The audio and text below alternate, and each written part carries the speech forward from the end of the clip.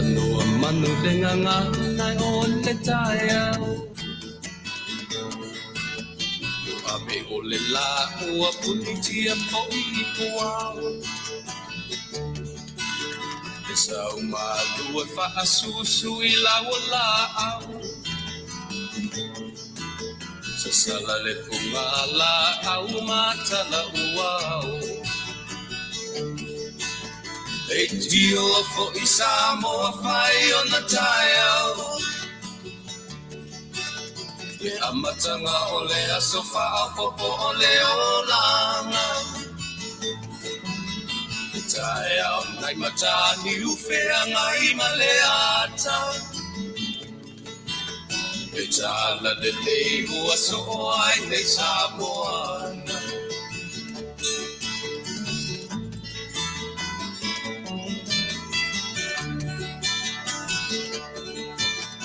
So titau fau le sua malie o le vine ula. Mapau fonga o le lupe luma o le moso oi pula.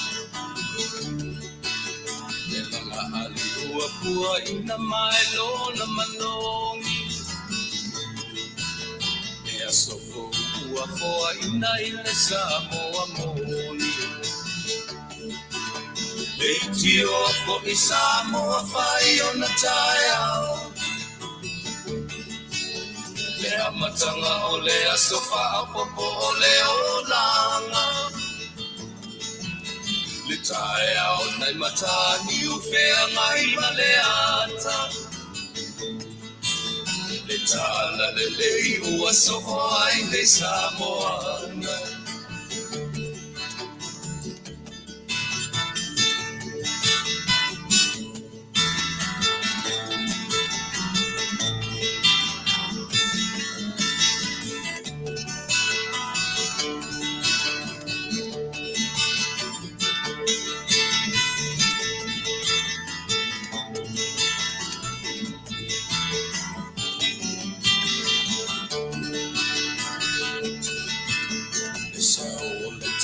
Awa mo malie I maua.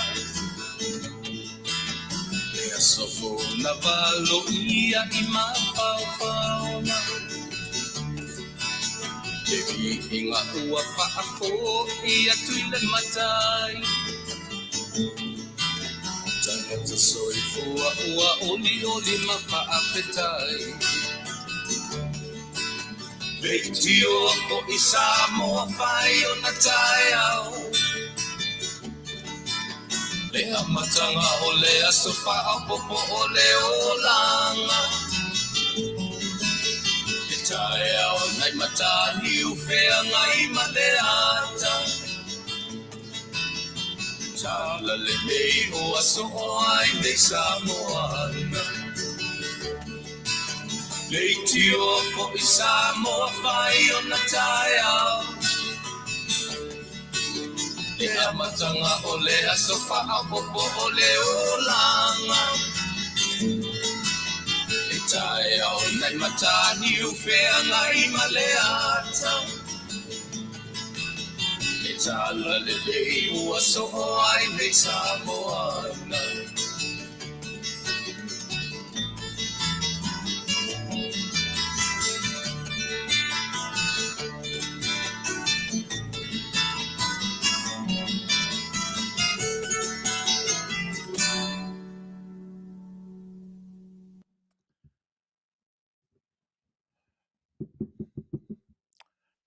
Malo, Faafetai, malo le fula Manuia, Faafetai le fu lau le lei, Faafetai le tua, o mawhaifoi o na tātou au lia mai le nei aso fia.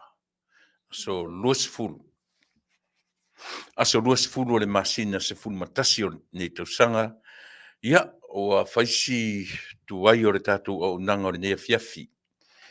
Ia, o na Ioi, whafuse ia fo ile o mai tatu ofisa nei, ia, ele o auae, ele o aue atofa mo le aso ngafua, pe tai ia o tiute ia a iai nisi ele Taunuu o lato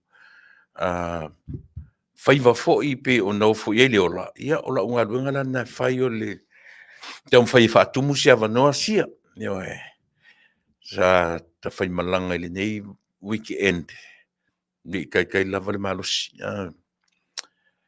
Ia, ai ona o ngā luenga e te tau ona whaau. Ia e afuai ona pe e ono sa i lava. Ia ona o leo fō leo la tangata i se mea. Ia ile se me anu matu, e anu mawhai. Ai whapenala le nei aso fo i matatu o nanga. Le atunu ue o lea ua toi tasi minute tale i tūla e valu. O le iwala, ia o lea ua fisota ia tu i se tasi fo i fisota. Mai se tasi mwhai o na ma tautuaina loutou pa ia mloutou malu nei Afiafi. Ia o le susunga ia le fionga, le tau fia le maritoa le fionga ia Taulapapa Victor, mai sini Australia. Ia, ma te taratara no fo i nisi fo i o isi usolo o tula i mai. Ia, ma tau mwhai wha amala malama. Ia nisi o vaenga, pe o lea lava e vava o ai, nisi o tangata e le malamalama. Ia e a tara no, mai pe o tara no a tangata ua matua malamalama. Ai le leile tatou afe ia te ia. Tatou afe lo tatou matai. Pe leva le po, pe tula, pe le matau le la, le taiao, le awauli po le Afiafi. E le mwhai tatou ese male a matanga o le tatou tautua. O le tatou whaamua le oia iso se mea tatou te whaia. Smelo whafonga, tatou pese, ia ona, pena fule se talo, ona tatou amatai fule o le tautua o le nei tula Afiafi. Ai usmela whafonga.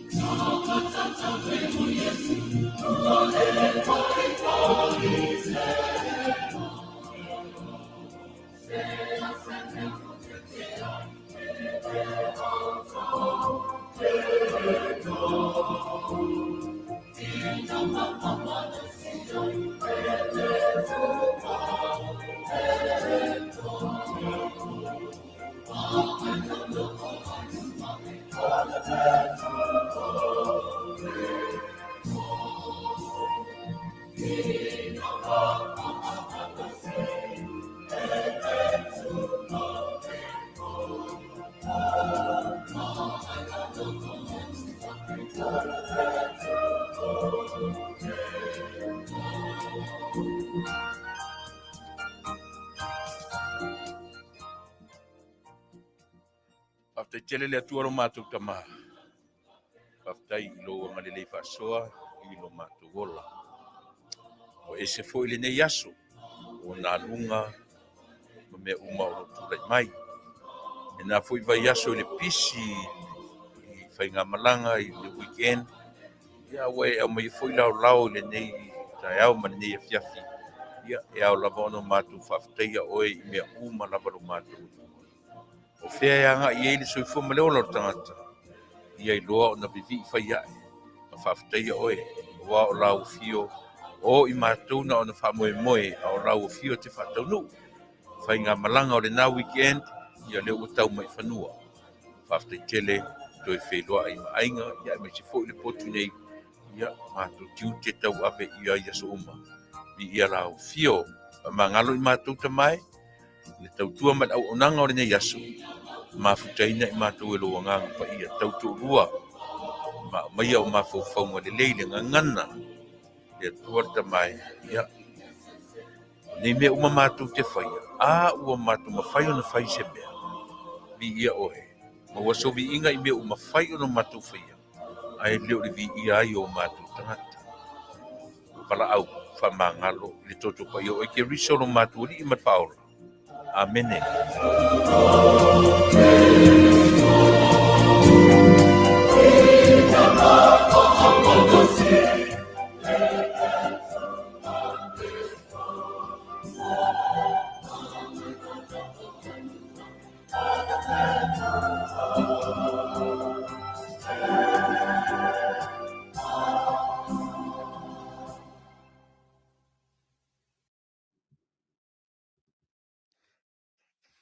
Ia, ole si ufonga matangofie o le pese le kalesia matitisi ia o te taratonu o whangatongo.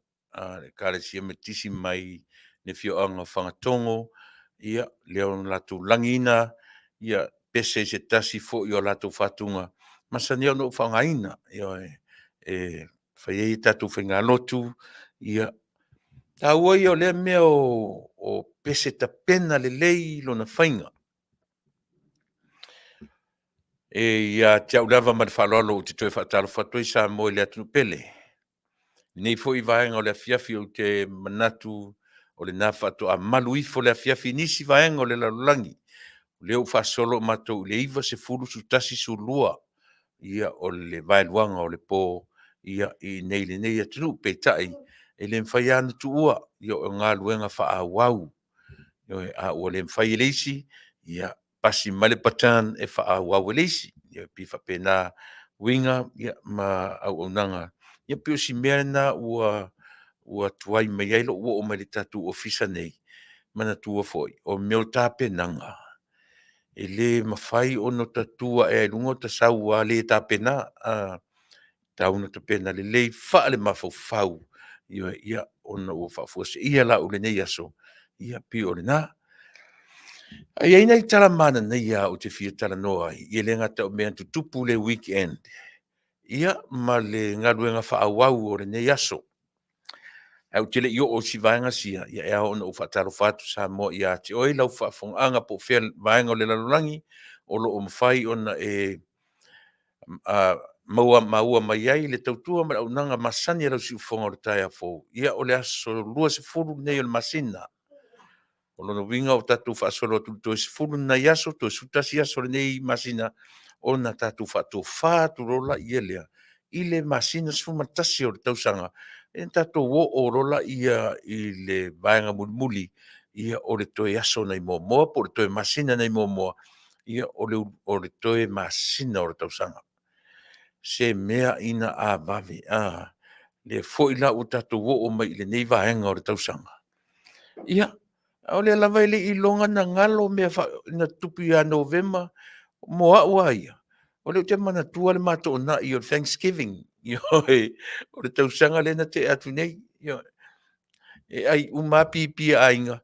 Ia ai le mawai mamoe. Le vai la le ngalo. Ai uma pipi a inga o le aso Faafetai. Ia tole. Ia. La le ai ala se mamoe le tausanga. Ale la tau fai po le hase me ma nei ale ore na. Sior kama o supo mulpipili me. Anyways.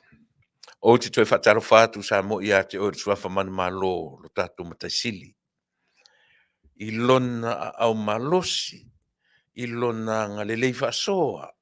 E tausi ai oe, tausi ai au. Ma tausi ai i tātou. Ka whewhe pe ana leo le nā. Ka whewhe pe anga whapea fule le. E le aise atua e whapaolo mai ona au anga le lei, ma ona au anga lofa i ai tātou. Po o whea le mea o anga i ele nei lalo langi. Ar tā ua ia mea o le mawhau tari tonu. Wawai o isi atangata. E matua sama noa ale mawhau. E matua le tau aso na mawhau fore le whapea ne. A mea e iai le atua le wha maru mai. E a fua ai o na solonga le lei meo le ola. O le isi tangata e matua le pa i alo na mawhau i le nai toi ngam. E pau alo na mawhau malamane le tae au, ala fia, ta mo e whai mea ume mana o le aso po moe. O lona lava manatu, o sio na lava malosi, o sio na lava le lei, o sio na lava pifa pena. A o oe la le tangata Samoa, ma le tangata Kerisiano, o ina. E le turi ina e alo e mo sau PA, o sau o se master, o sau PhD. Common sense. E te iloa le lei ama o wiloa. E iei le mea le o le lei. E iei le mea le o atotoa. E iei le mea le o mwhia. Tātou te langona i o tātou tino. E tolu whālo aso e tere i mafuta le talo. You can feel it. E sao. E atolo le whao aso tolu, lua, lima aso I tele I mafuta le tatalo. E te whaalongo ato I o tino. Sole, se pia u kau se mea kako. Pia u kau oso I whafo male awala. E tu o male awala whaata. Ai savalia e lungo vavau. E musu le mela rilei. E mana o savali mea ngā wā.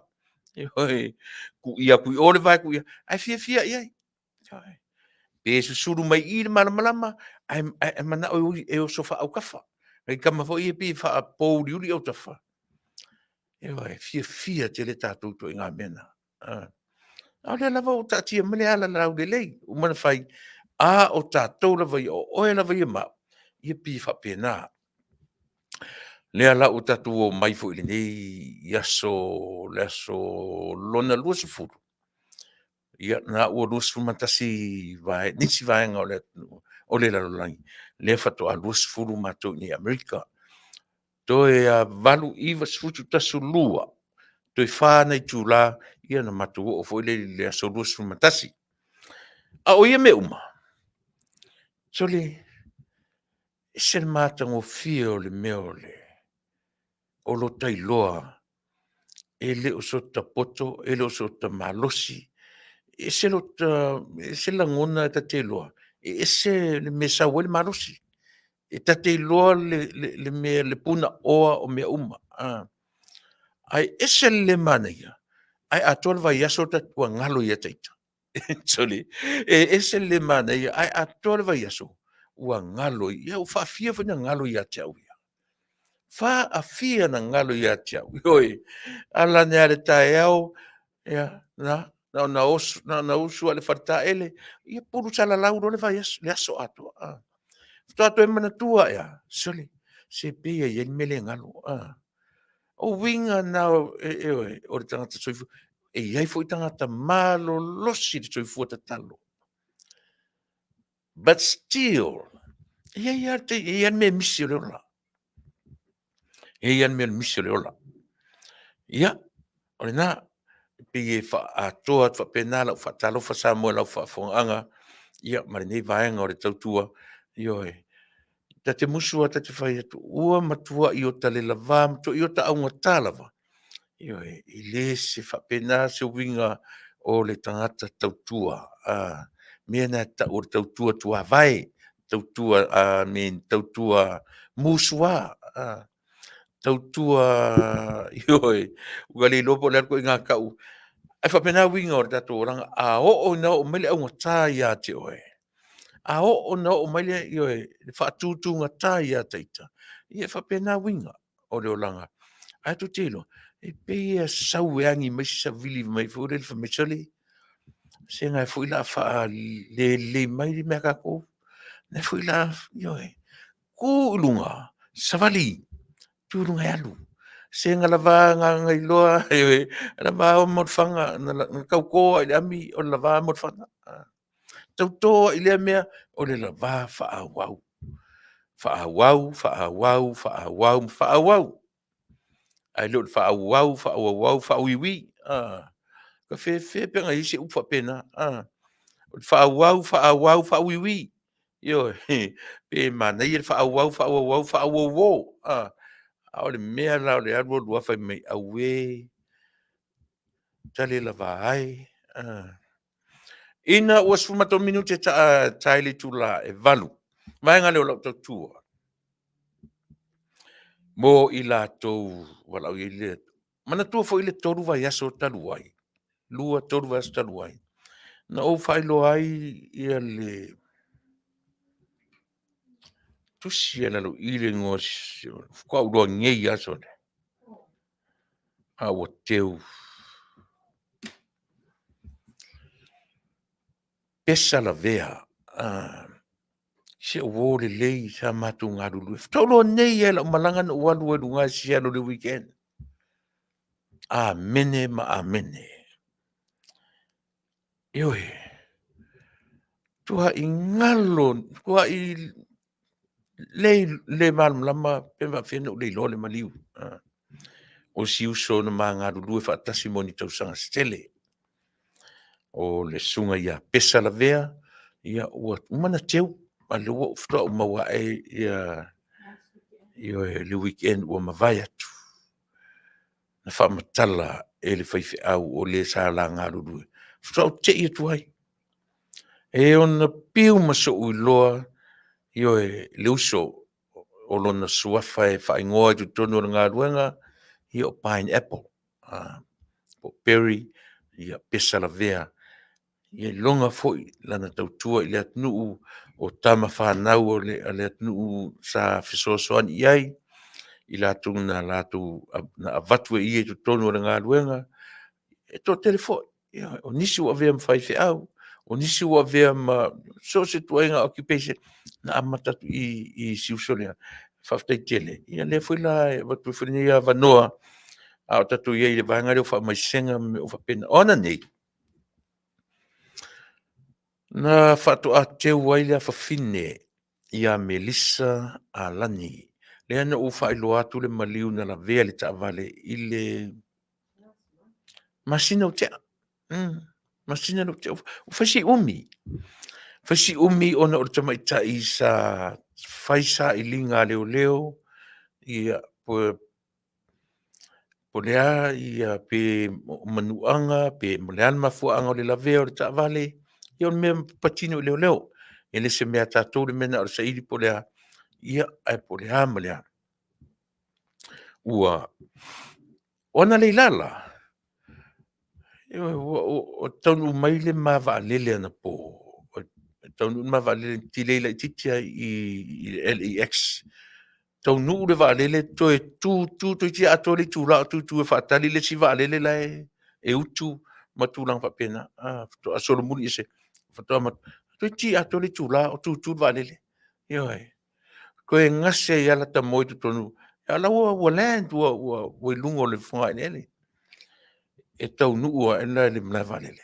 O te ala fortasi la tale lua na po va veao.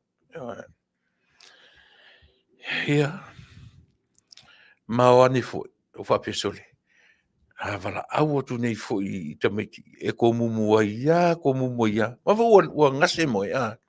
I paulan me i kuia. Tuia mo ma e pu ele ma taxi ma mai le fale e ma te o mai foi ile wole ko fe o ingisi o local gate sole o kale lo me la fai e ka ke o lo ko mo ko mo la mo kar ko du va veo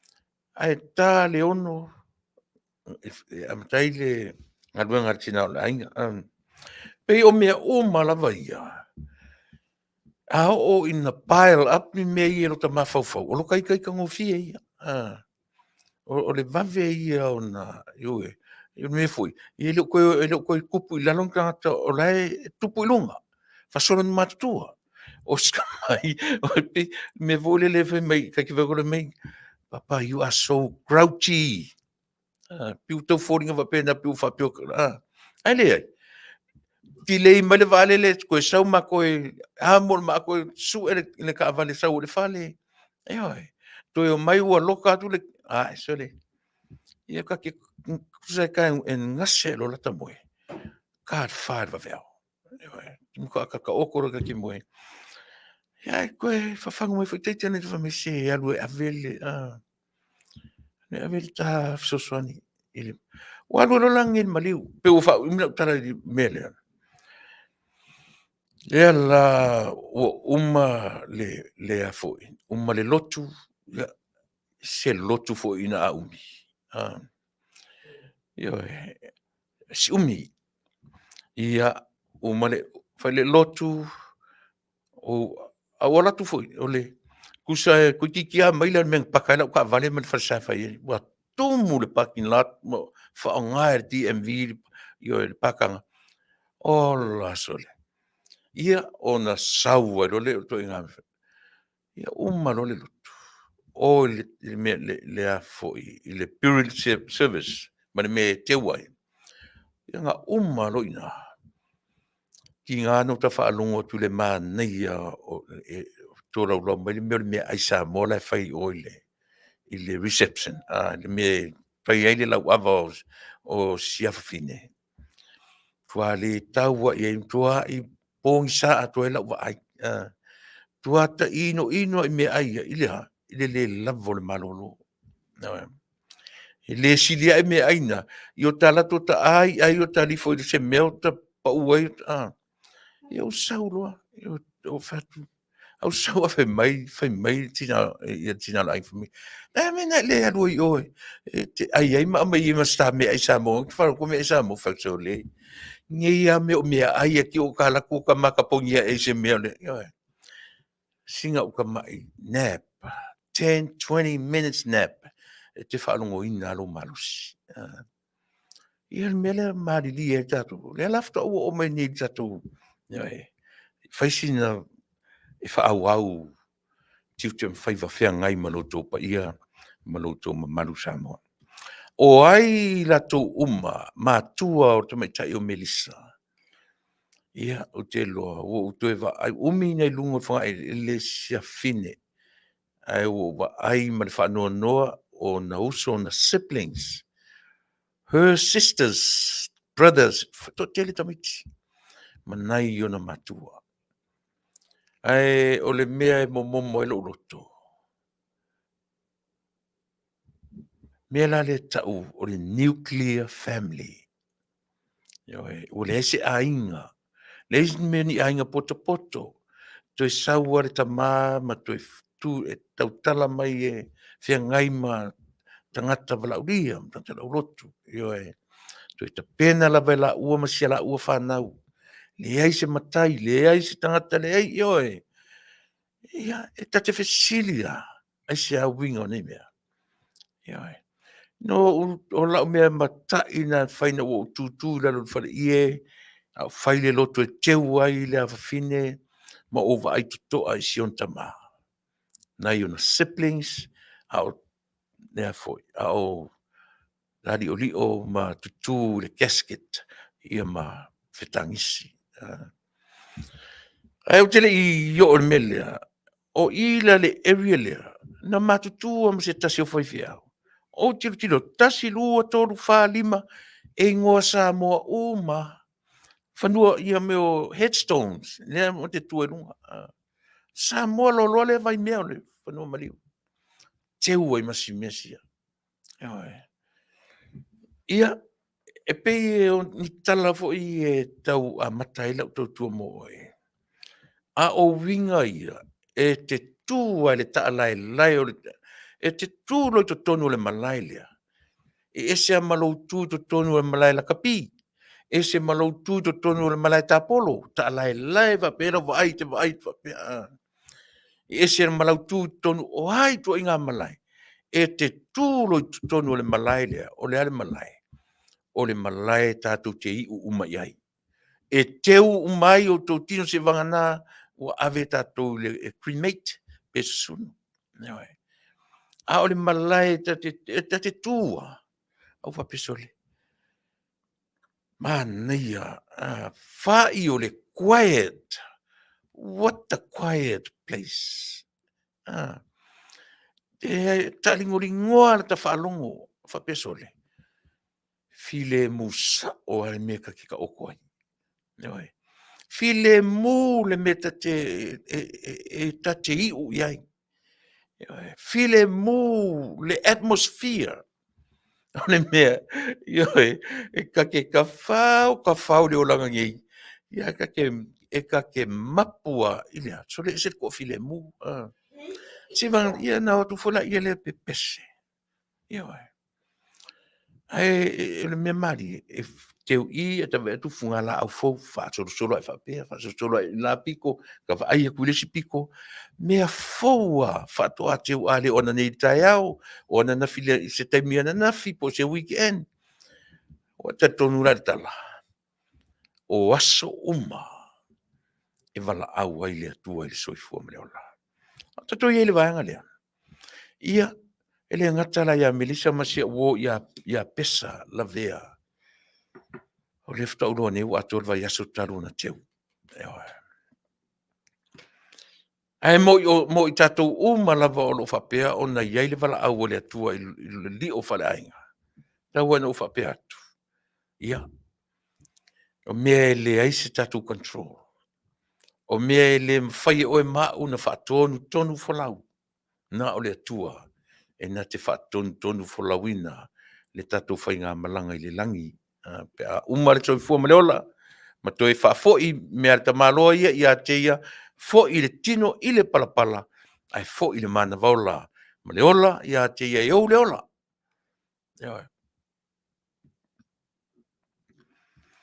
Ia, o le pia a mata te whapena, a whai o iai nisi o ainga, o mwhai o na whapena. Ia, tau ia o se pese, mātu te tainga atu.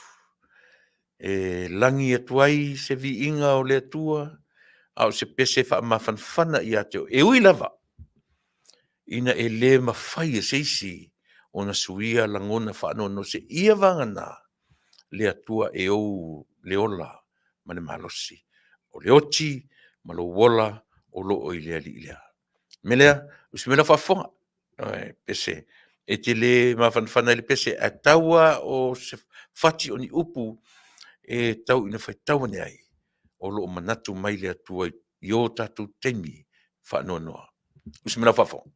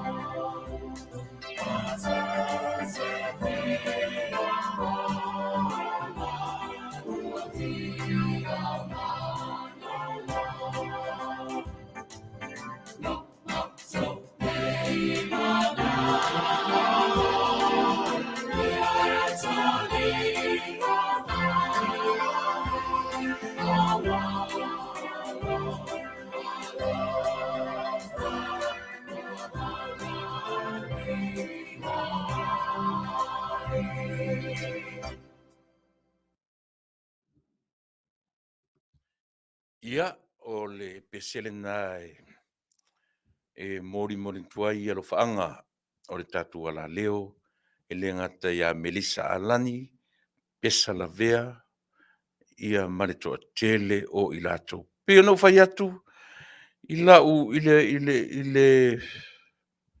la le tau le fale le fanua maliu sa iai le nei aso. E le ngata fula le fanua maliu le, so se fanua maliu te alu iai. Ia matau lia fo i fai tau se lau ma se lau fanua maliu, i le nei se tete ia. Oka se tasi se malae e te vai atu e fou aisi, lono winga. E tanua maliu i aso uma. Aso uma.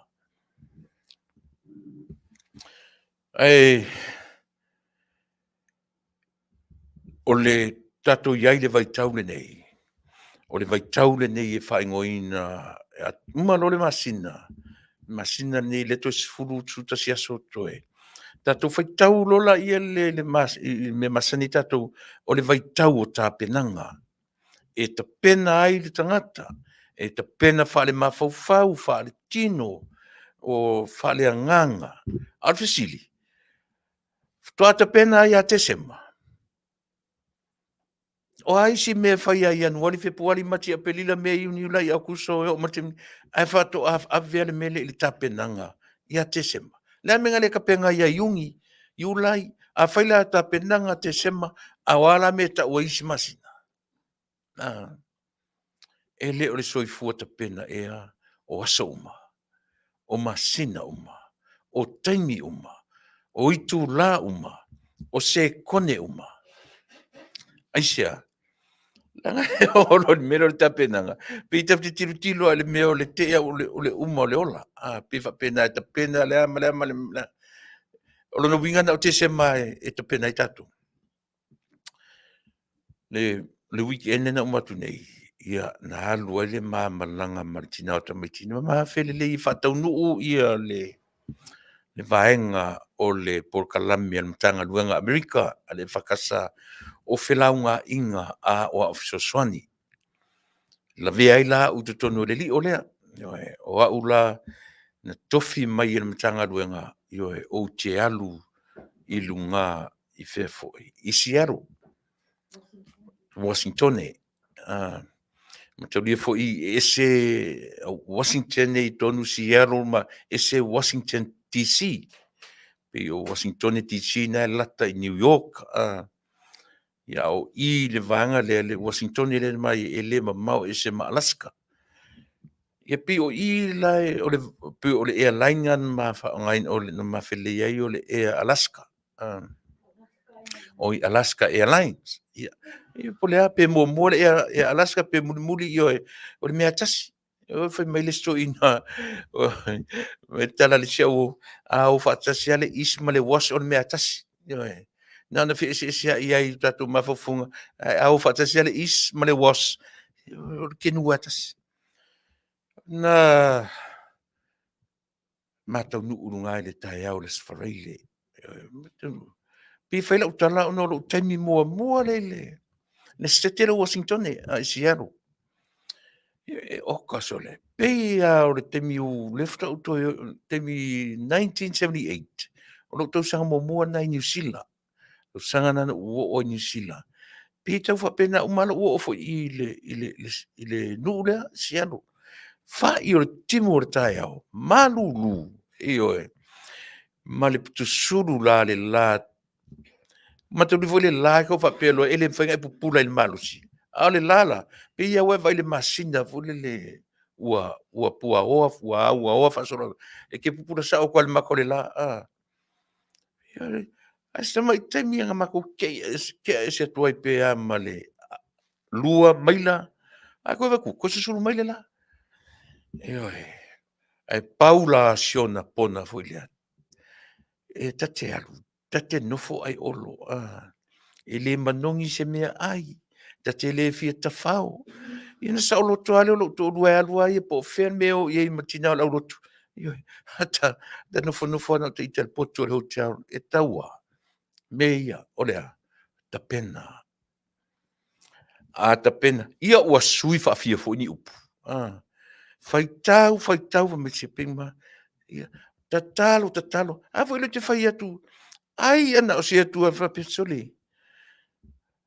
fai mai kakalo ko e fa la vela viso wala ngale fai wala lef ko e kakalo mai ngi nga u fai lau kapenga ai le anga ile kapenga ngi foi ki le fa lau so mai o kakalo pe ana fa pea io it just imagine the relationship patato mfana ma le relationship patato ma lo tato tua a vole tiro iai sila toto ai mei ai ana whapea o lo te tamane kai ka kalu whawhia ua pupula le pepa wa atua sole si pia ili mana i le mele ia kui ka whapea mele atua sole wala ia wala ia lenga na whai atu la ai se longa le meke manga oai whako aso so o mai au ka kalu ko se longa i longa kau maualo i le mea ka kalu whawhia ia lena ale mea na ta ore ta pena. Ia e sa o loto ala ia loto rua ta fau runga ia au le mea ia tau ta pena nga. E le whaingofi. E le whapea loto wale no for my tour computers. Le whanongo le mea. Lai na te loa le lei a fo ia tu fo i hotel. La tua ia pulo de leilo na i afu le ai ma se me faia le me se popone ia vai mai e ola lo ta modi po ato ai se ia la e foi la se temi fa pe o ala e fa pe ia ko fele o man fa velatu e fai ai se me manura le hotel mai ai e 24 hours le kofi ia e fai la ka study o ka savali mai lalo ai ana o se tua lava mafai ona talanoa mai faapea mai Tuilaepa ua tupu lo tigaina o au paupau na fai le lafia vai aso ai le tapena au paupau a le fataʻasau nei tapena le last minute ona magaku e oe so lei o le ala faamoemoe oe le a le lua vai e tasilafia le atua so lei e oke le atua le tautei ai e ote le atua le tatou iai ai ote tatou te le lagona fato a tātou i loa lava le ote o le atua le tātou e. Ina ua e silafia ma ula ngona e alofa le ote le atua. Ai whapena uinga. Ana au se atua lewa na whai mai le atua. Waalanga kupulo ki ngā ingari Tuilaepa. Ala e whakakapenga mai i le hotelo. Nā menga le whai le lua vai aso koru vai aso whai ei. Ngai loa ala a saunua ngi oi. Mi whapena si mea kā kusone. Ka fau, I found more the last minute. And guess what? That's our main problems. Fafitau rina to tele onisi o tato. Olea. Fatalitali i le last minute. Eoi. Pi manesi fale aonga lea. Ua leo te whai atu sa. Ia whai o mea la aoane a. Ia tai au la stona. Ai pena le stona i la au la sufareili. O ke ngofu ala mo toi ata. Te no fa mo toi ata fu le ia te episode. Ta fio lai sone. Ayo oke mai sole tama. Ayo oke mai toi ina fa pesole. Ole manga ku o e ko asu I ke ka penga ia na ngari. Ko asu I ka penga. Le ai Samoa le no ta pena to nei. A le wingo le tala. Toi va ai ma toi va vai. Ya. Pita tele mana tu fo ile o se fi au. I'm only a lay preacher. Yo. Fi au ia fto ava ai lana I lana ia I pore sofarile pore stona. Fto ava ai lana launga la stona I fai lana launga la sa. Ma tola ni o sosoni. A fa pe launga nei. O pe tu tia ato le ono masina o tapena. Yo, tara tu te pe e mali e lau fafonga. Ai au ngā whaera ia mātou le mātou leina, le leina o Afsoswani, au e whafonga mai. Ia e tāua. E tāua le mea sui fuata pena. An mari e si mesia, o lau lea, this is me. Whapea, whapea lau relationship i le atua leo te tatoni kei. Whaiwhai au mena ona whawhone mo ata. Mo pula toa tu ai po le couch le ma te whawsanga i te pupula i whapea sole. Kei ka pupula to vetu sa whai mele atua. Imaginations. Pe ke ka pula atu whapea mele atua. Wa, lava ngā mea. Lava arue moe. Nau mai lola i o isi ma tu nganga ngana fo nile. O ta mawhau lo to inga tala fo ia isi fo i tua anga whapea mele. Whalango lango i le nganga pa ia whatau tala o i le nganga pa ia. Ta te fia whapena lava. Ai o te le whapena. Ta te fia o tau whalango lango i le nganga pa ia. Ai le ai o le mawhauwhaunga e mai ia te au. Ta pena o na whato a o toi le nganga pa ia ia te.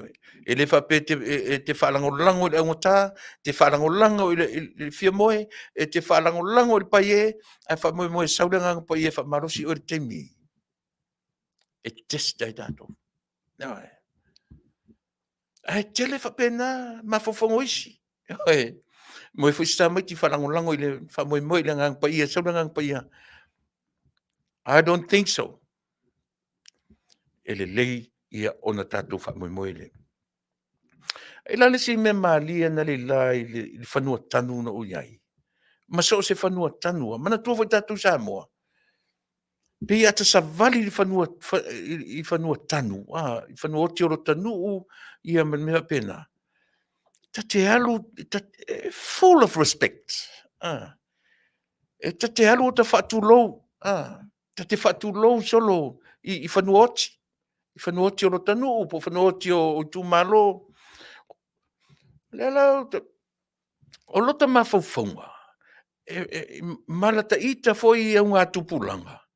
Soli, whatulou. A tusi atu foi lota lima pe tusi o fai mailisa mai tisa. Feura lo lima, i pi o lo lima. Te le loa ngei unga kupulanga po koe whapenga pele. O la kupulanga. Le whanau no mai nisi o la tupulanga. I le ngata o le savali, e whatulou atua i e tau i o le si pito le whanuoti. Tulou. Pe o le savali tonu le whanau matai. Tulou. A tusi at foi lo talima e uma feula. A ka sau i la kungei. So le feo i lola i lungo whanuotanu. Masau atu i ole lola male uta palapala. Masau atu. Soli umatu nei mau headstones. O ka whapele mui whale lo ta mawhafu. Soli ka whewhe soli. O le loto le pole ako unsa o ngi koe ngā meari. O ka sau. Whako o Samoa i le whaaloalo o Samoa. Ia latu whanua tanu. Ia ei whanua whasimā. Ei whanua tanu maa. Ei whanua whapena tui titianga tasi malpalpala.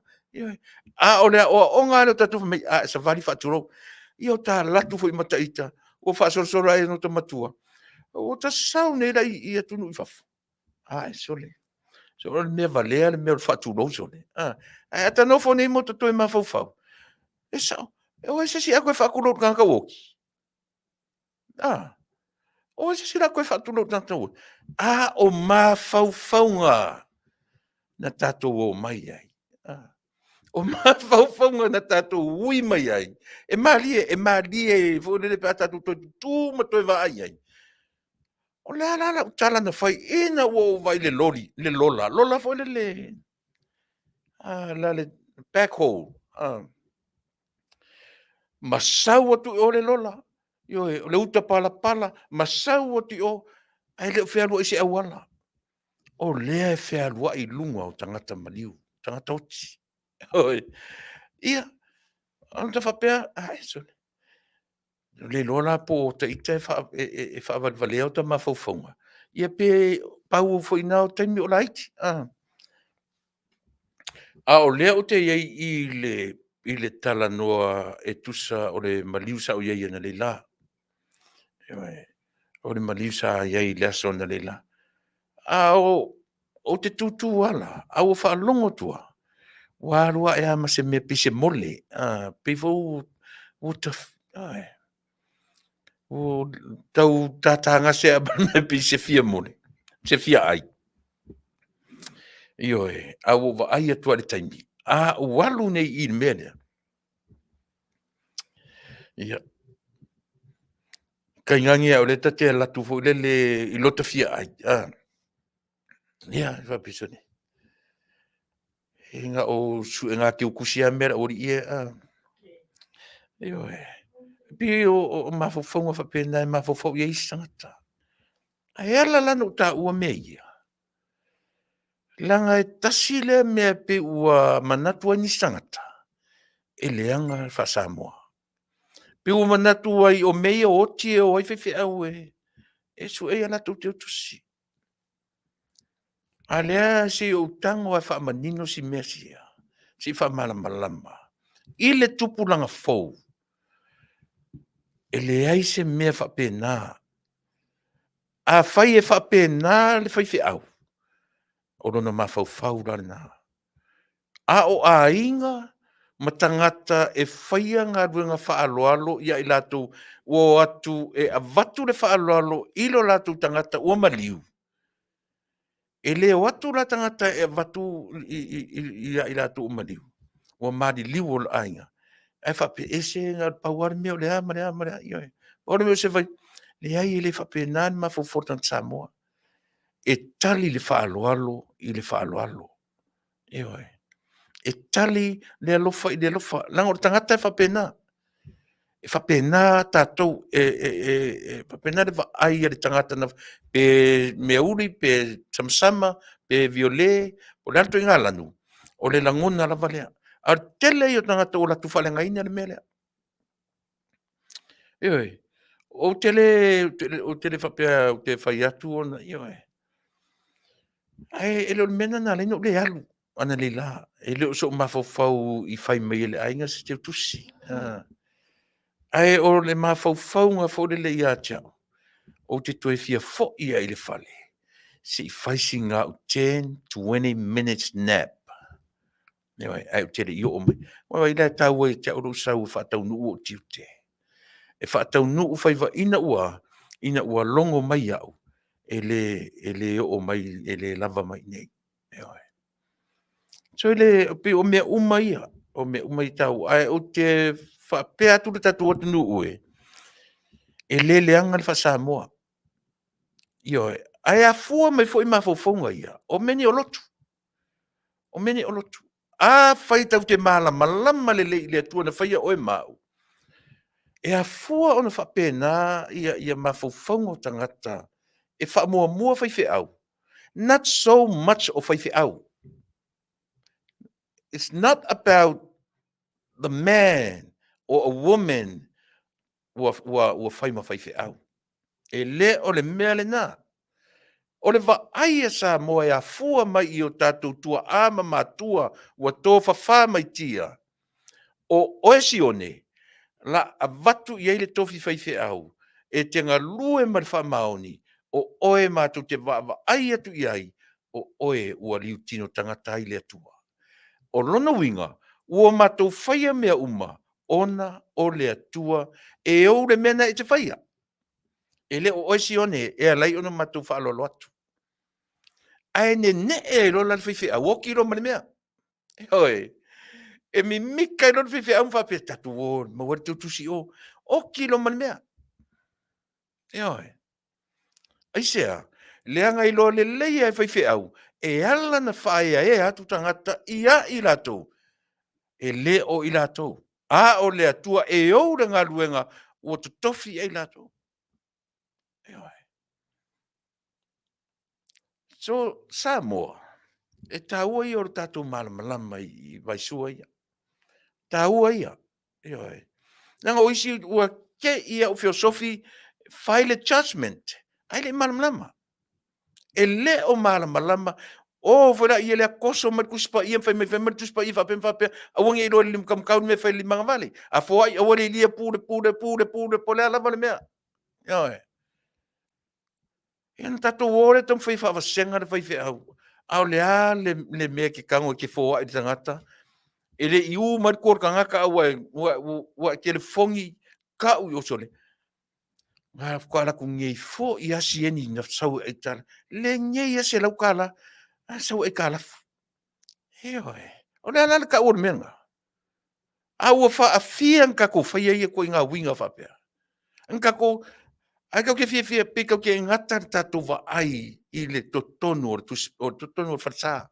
Pi fa pena o na tau te tango fi toso i eni melea. Aua ne i loa le lima tau le me fai le lima vale. Pe ua fai ngai si fai mai se o le fai mai tus pa ia. Fai mai tus pa ia. E fai mai ea tus pa ia. Ioi. Aua kele kanka fa penga. Nga kaua kwa foi upu si i sa o mai foi upu apply lo le mele manatu yenga ia. E au noa mari kilo le ata a toa o chapter le sau e tonu foi upu le.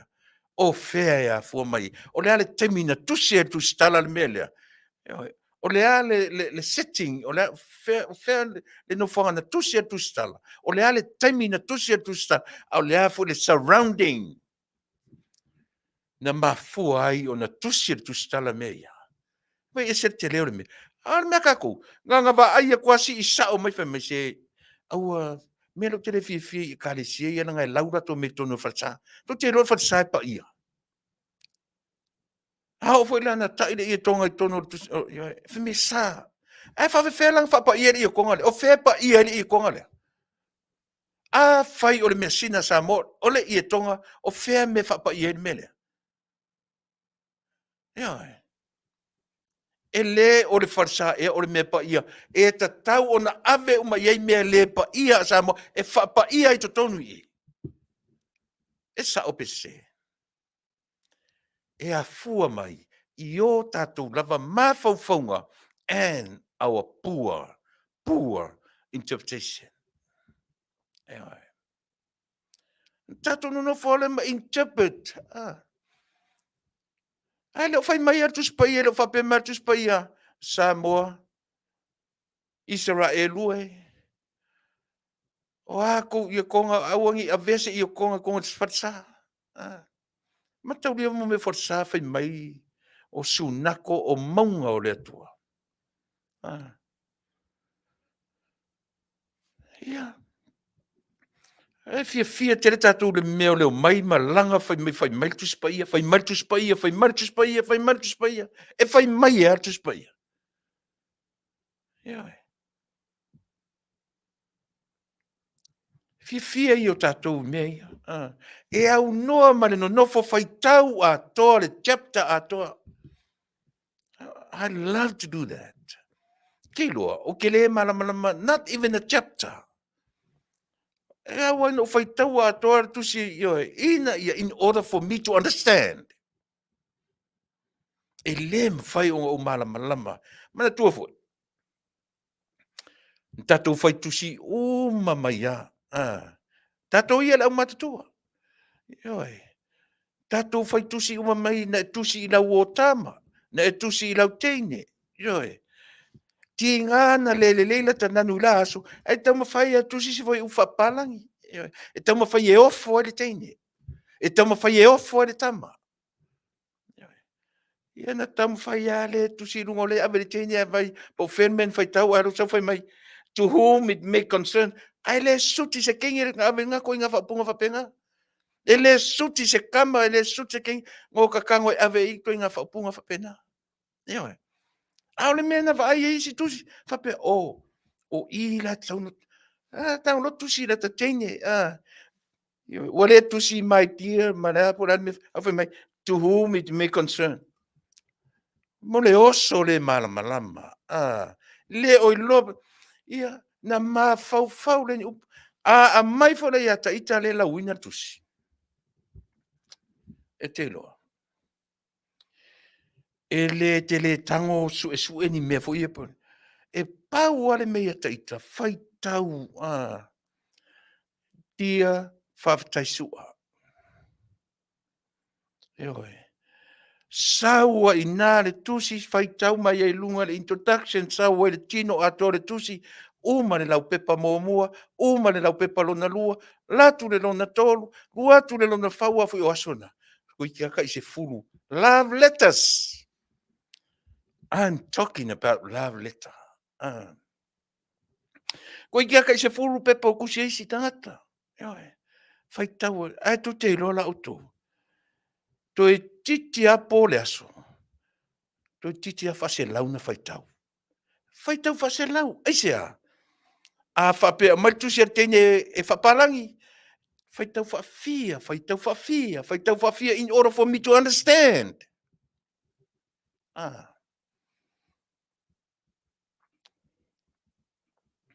Oisi nā ta whai me te alu e fai tau tua whawaa. The conclusion, ina ia malama. I don't think so. Nā alu le fai tau. Ai pa I wholo I lalo. Fai mailo martine. Ai malie. E mu musuro ta mamalu tina mau. I think it's about time to end our relationship. Ore ka nginga renga. O kia koe ma mea onga. Le to e alu e ma se ma fau le onga. Ala e po ma le au ma le po lai ka kalo ma ka ma lai ka kalo ma kinga. Ara wa kangi loku I esia. Ki pisa o ari kingi. Muso tenge. La kangi lo le pe kangi el pepe. Ai a fuja. E a fu le malama le olanga le olai. Kau ke fiu e wha malama mea. A o inga pōni sā le mawhauwhau. O fia o tato, ata mamai, popoto, destroy uma mea lea I le aonga. Destroy uma mea ia tau whale aonga. Na whapea mea o tene o le eise mea wa uma. Le to e sao ma le mawhauwhau. Le ko I ma se mea sao. Ao na matua le leia I le aonga. E fiu e koe whaasau sao, fiu e toi whaasau sao. Aisia, nau whau sofi whai mea kaka maku eri kai ori kei me whai mea. But nowadays, it's different. Ua ese fo I nei au ngā tupulanga. Hata whai atu lo ta lia whai me se dad, se o me whinga sa wai oi, me whapenga.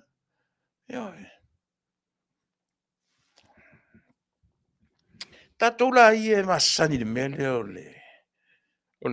o le nofo whai mai tuspaia, whai mai tuspaia. E le se mele anga tuspaia, o le sulu I o tatou vai o le malama I o tatou wala. E ta ua I o tatou malama I. Ta ua I o tatou malama I mea. O le o langa fo le te soifua ma uolai. So le anga le o langa o tatou. Ai na whaia le atua ma foa le atua. Lana lalo langi e te sapi ai ma o sapi ai. E sapi ai tatou a o ai e whalenga ina. So le o tatou a. Tatou a oki ene mea.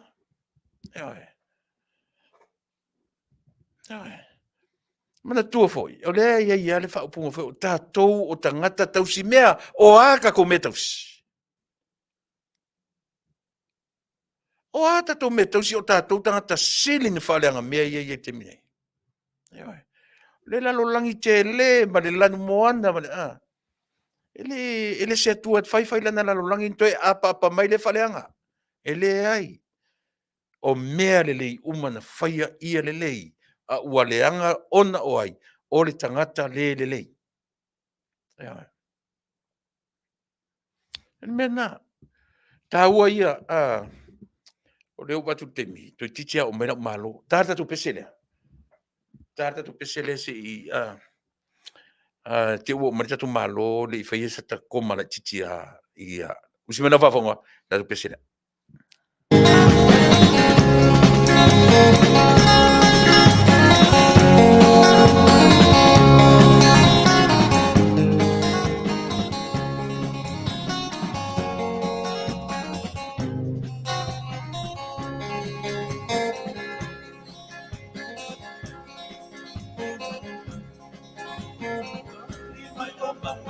whakapaapua o ki tivuna. O loto le tutu sa walai o na le maua seiluna. O ai ele poe wana upo e sei na tia oe. Ana oia le loto ai vai mai loto tinoe. Sau sawi a tau, tae mai mane o. Beta te no novo, vile mali el si a uloto. Awande i eto e maho salo salo puna. Beta tali todo pe ata so sola i mauna.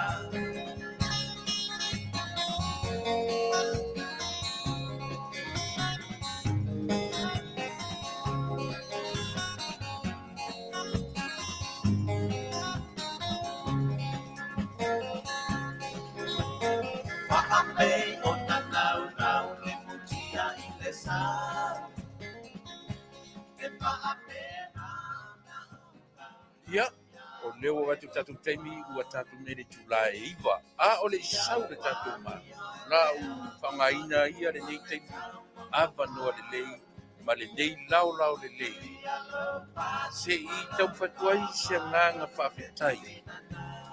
Ma le mawhai ngā malanga, ia o mawa tuai si anu.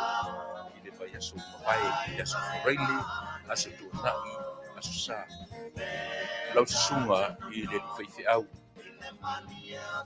O wono, mai whatua he rema, tia po wono. Ua langona ai tino le ngang Faafetai.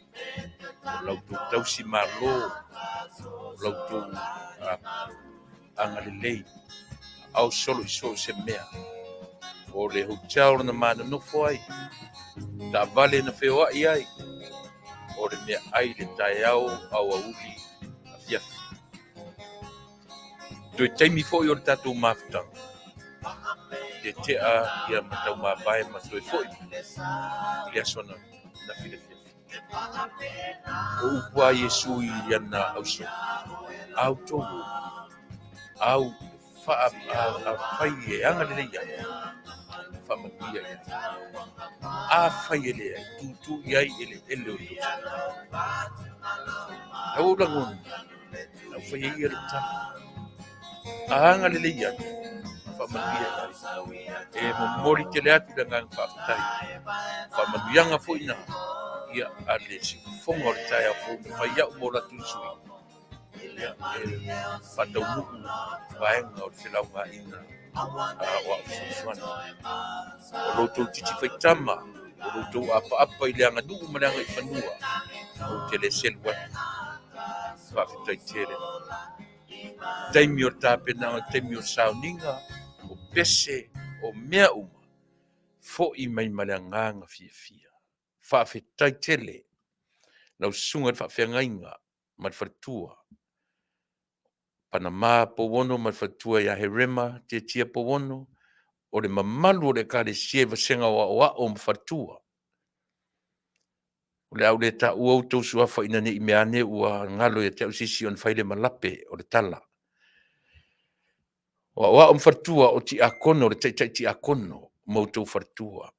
O le fionga i le tai fono. Le mamalu o tangata lo lotu o le kare sia o le fai pese o le tai pese. Eoe, oka se mānaia. Mātanga o fievi inga o le tua. O te le whai atu se tala ole. O le tala awere nana mai ma ua. Na ufa mtala. Toe liu ala o le lupe, toe apa i le anga nuu malanga i whanua i tatu toe taimi. O le seleni pa ia, o le seleni mamala. O ia me uma. Faafetai. Faasilia le atua manuia o eufoai. Ia nailo mātou whenga soro ai. Faafetai tele lava. Toe liuliuane se vaenga o la utala. O ma wo o paanga eoe. Ma i latou uma e whai mo latou le leitionei. nau tau lolofi ane ma o tātou mafuta. Na tau fesoasoani ane, tau se leni. Ioe, Luisa, me tai Luisa, fa mausili, ia o la wao, sione, ia ma tuafine, ia ma lotu tu atasi, ia manisi ma lotu tu atasi ngale Blake. O naiti nā, o isi tina to tele, ua o le, ioe melo te musu ta ua swafa ne ngalo ia tiau. Lalo vi, ma i lato uma, o to atero i lato na fua i ane lau tō angalelei. Ioe, ona, o le au nanga wha le tio, o tō wō ma paanga. O nisi fo i le mawhai na o ane, ai na wala au ane, pa mātou whelo ai. Se le o mea nai whai a i le, ioe, o le tātou, fesangi-sangi ia i tātou tani. Yeah, we had a very good time yesterday. Faafetai tele mo le ata. Ioe, ta ata foi, o ti ngalo ta manawa, ioe, e mali e, o mea umalava, e tātou te vivi i ai ma vi ia le atua, ilo nanga le lei whasoa ilo tusifu. Uma mea uma ufanga ngau ina, ona o le mawhainga malanga, whatu tumu e le atua. Ia le atua e ou, lana ngā ruenga ua mafua ai, ono tātou wheiloa i ma tātou, ioe, ia, whai lo leo whai masui, ioe, o le tinana ma whai marangatu. Ia, e Faafetai tele satou upuma satou tala, isi taimi o le nei Afiafi, ia a o le i tu ua, ia le no whanga nei. Au manatu lewa o mani tatou malo. Te wha umatu le Faafetai, ia pe a o le i tu ua le tatou no whanga nei.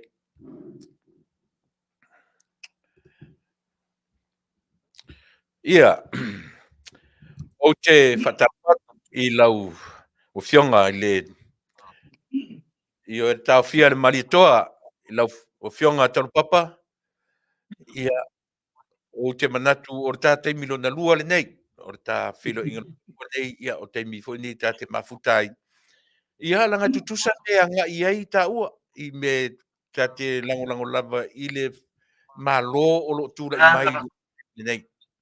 So a fuanga na pe u whai e tātou mauso ma tua whawhine. Ia ona o le tātou lango i le whainga malo. E le wha peo whai tū au. A o le upu lava, we have to support the government of the day. O le mea sili na, au o manatu Taulapapa, watu lewa noa, ia e te whaatalo whamai, ia i lo tātou atunu whaafonga usi, ia lo wawanoa nei mai whaaloalo.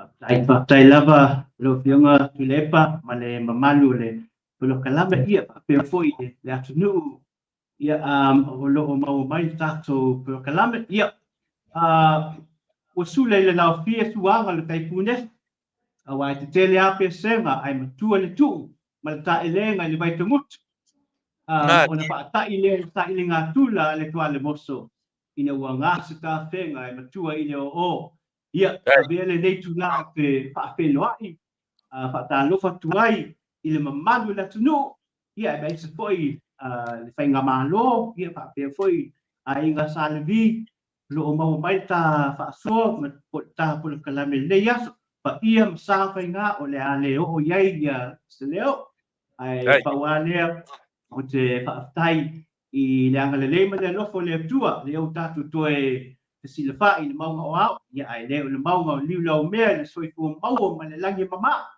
ia ona whaiwa i hola i o upu ia o le tu fala o tu papa le manu na ia vasal fimanua e whainga tāno na whale ula tau a itu ma le tau tangata ia o te wha whenua i atu ai ma le o wha manu lava ia tau ina ia o lea ia au ngā so lo nei wha tau waa ia mau e se me au ngā mo i tātou ia me se a inga ma wō mai masani o loo so sei tu ko ke lope ia ai mau e pese li inga tatu matai le langi ia ma lo wha lo lava Tuilaepa Faafetai tele, taula, se tate tau pita te tau e nge o talangona tate whiro i langa o lau fionga i le whiangai ni nim tapana pe o ia upo le atnu. la ufionga le tau fia mali toa ia masi o tangata ui o lea e tumo tu sa ta o le lango ina o ta whainga malo ia o a mai le tau ia te utoi Australia Sydney Australia o matua pe vela sometimes ka ke va pe kalusia ia timu mai ne yaso o matua pe vela me le o ia o la fo il vai tau o munga ma bushfire fa le masa ne Australia ile nei vai tau o to sa yeah so the weather and climate no matongo fie yeah lo so Manuia foi ia tangata nu o tatu atu nu i Sydney ai mai sei i areas leo o tumwai ia tatu tangata nu to tele Samoa wa o ie no foi i le city ia seasa ne on over ai ni tatu tangata nu ia se longa o te malanga foi tolu sulu mai la te alu ai i o foi le tau le west out west o lo ye Liverpool Cabramatta ia Campbelltown melo tu mai tatu tangata nu Samoa so but o lo Manuia lava ile lo fo le tua malo Faafetai taula ia o le mesili o le nae o le fai mai nisi o le tau atu e pai paula le weather o kou o no winga le bebela le maruru e pe whapengaro no winga ia ora pe ua tele sole le mau ngasu o tula mai tele le mau ke manatu o malama Samoa le ka i le introduction ta whaia mua malama fo i ala ata a mata isi mesia le mo le whalongolongo le atunu o tele lopo e manatu le vaitemi o tofi lau na ave ese ai le mele o le tula fono le tatu te whangaina o le laipo loa po le laipo o le lau te manatua na ave ese le temi o tofi lau peitai na toe whaola mai le temi o Tuilaepa le laipo loa ona o le tamu whaia ina ia mawhai o na molia ai nisi lau e whanpui nei te tentonu noa se i whaamanino te isi si vai sua lea mo le malamaanga a le tatou atu nuu whaamane mo le lava a Taulapapa ma whaua tua le tapu kalame ta oa ili laipo lo le mat whalola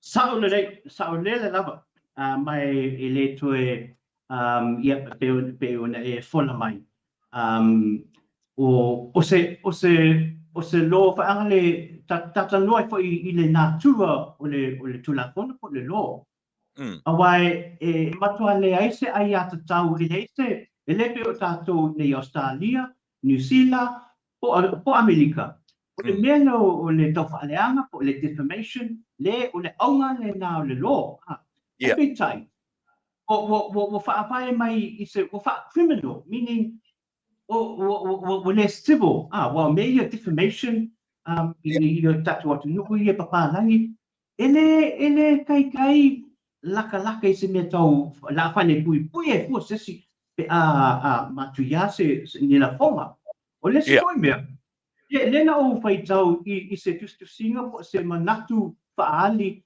ane komisina lewa iai nei ia Afioga ia apa au longo tino o lona manatu this is maybe going back 4 or 5 months ago in the Fayelana opinion.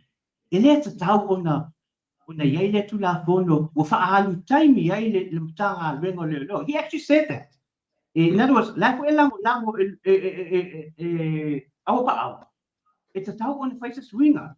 O lato e nga swinga, either a tonu o mea te tau na wa ai e tatu manu fau. E whaonga le pale mene. E tu vi pio pe sui ele ne tu la fono. Because as you said, e pe ona e sauno, na fai au wala I guess you could say pule tutu. Papia or pa o go in the media, you know. awang ngai koe whai mai ang ko wha punga ko mkana ile whai ngā malo. Ko ki whai pui pui ai, ia me la, so ngā pasi lola i e pale mene. So ngā a maka mai hale kula fongo, o se sele whai ngā. Wo pei o se dictator, Yes. ai mela ali wo ngale cha pole al to sama le to el mai tua pe I don't think no repeal because they will fa se tua ngalu fa ese wole ma fa fa nga pe tai ina wo no to sama le na fia le lo so for ya ki fa po ma all of a sudden where a mic very quickly very expediently where microphone with no Tuilaepa yep we all know now what happened well fa nga fa ang le banda tu na ko itami ele yes ma fa Tuilaepa me il pa lota le wo patule me you know ngofo mai le ku mai so really the actual natura on the law it is so when I say unconstitutional, meaning in fair, there's no rights for Angale. Offending me on the defamation, Alela Apale Pui, Akakuma Fau, easy crimes or the domestic violence. I mean, you know, meaning domestic violence will fussy, you know, Manuia to my time. Ele o se fai pui po a whaonga mitigation tactics. Wole e se whaai fai pui. But only ngai me o le tau whaaleanga. But wo whainga tāfo, o lesi me whainga tāi Tuilaepa. Ai meso te alofo I tatu whainga mālo leo iei. Because le la ofta mo whai le whainga mālo, ale wha, e whaonga, a wā fo I te mai tai le mai o Amerika, ia o le fai news le mai o Australia ai ko ke lo me wo le sao ai po le I lo va ai fa ngale fa ma fa I le tula fono mana tua for example o defamation ata to New Zealand Australia America ele fa ngani ni police o ele fa ngani prosecutors o le loia ale wo ma e ona tangi mana loia po loia ale wo fa sa ma ye tangi. So, criminal libel. Why no you point at a prosecutor? But here's the problem. Kaya to know that in the case there's so much corruption in the police. Out there, Tuilaepa HRPP. Wole au mai uma ia evidence or video or you know I le whamasinonga so ma wha lola I on the court this is insufficient what is all the evidence so whamasin you know wo wha ngā fo I whamasino lato le nā fo I lape meaning oh well I little lava mai evidence so therefore wole satisfy la wole au sia le me te tauna wha asale te ngata so that's what's happening. O leo le e prosecutor o leo here e fai le case mai le wo fascino le case but there's a problem because the police is still on the side of you know le lie too my o le meta don't fight to repeal le tulafono le pe abi tu pe kale pe apo o fai le tulafono defamation not le civil o lo ia lesi tu Manuia involve no police mai o te tali tonu o le manatu le na au pa au na whaali na twistu singa po le tanu mua he wrote an article if I might taimi more leo you know le nei criminal libel law when it is really in the essence it's really a civil matter about person A my person B la me la fa mai fu leo and whainga malo do you know what I mean it's a you know so e ka kaunga fa civil matter le mele ai le o le mele nga fa vai mai leo ko ma fai ku le e fa nga leo wa pia ko ngai uso ya you know so yeah I think it ka lo sia ia fa nga e le malo le lato nu mega I tonu parlemene e to repeal nei ave ese aqua o fai au wale e ko li liwa I fa civil matter e o nga le fa o nga lola io o le taimi ma resources ale tanga renga leo, but also ole a leo fi me foi tulanga faala tua leo le tato tali tonu mai loa there is corruption. So once the police is not involved, then it's really a matter between the lawyers of the litigant and the lawyers of the defendant. Kay pe civil matters here pe smooth sesi awa le tong ia le tawal fale kay pe fo ya o si famasino le o failangi fo longa pa ya patu ya le fo ina involve ya lona fale tu is civil matters for so it involve any police, it involve any resources ale ma law. So kalau sia ia ba ai tu to ia le tatu wa penga ma lu fast te tau na fai se tu lang ngele awa e mo I lewa fa o nga fo el fast because it's only because e ka kau awa le mo kwa fa le anga mai ai lapi. The problem is the police who are meant to prosecute the matter are actually the police who are on the side of the other side, if you know what I mean. Well, that's independent. Well, that's independent, but by okay. I know for I mean, I'm on the side of manatu for le maliator eleta dia ina lana fioma le unga le o matune. But here's the reason why, because the court can only do so much, or the judge looks at the evidence. They are to my evidence mai leo.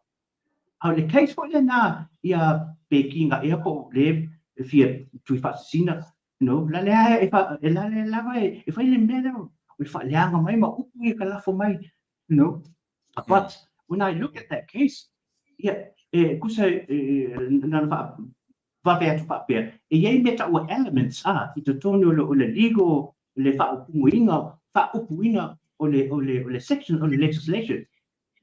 Total elements na pasia meaning now sia ai tasi lava le elements muli le ia sia pe le mau le threshold ina ia au sia I lona ia le meaning wo weak le case ona o le au sia le elements lona fa la le. It was something to do with it's very technical. I'm going to turn for you too.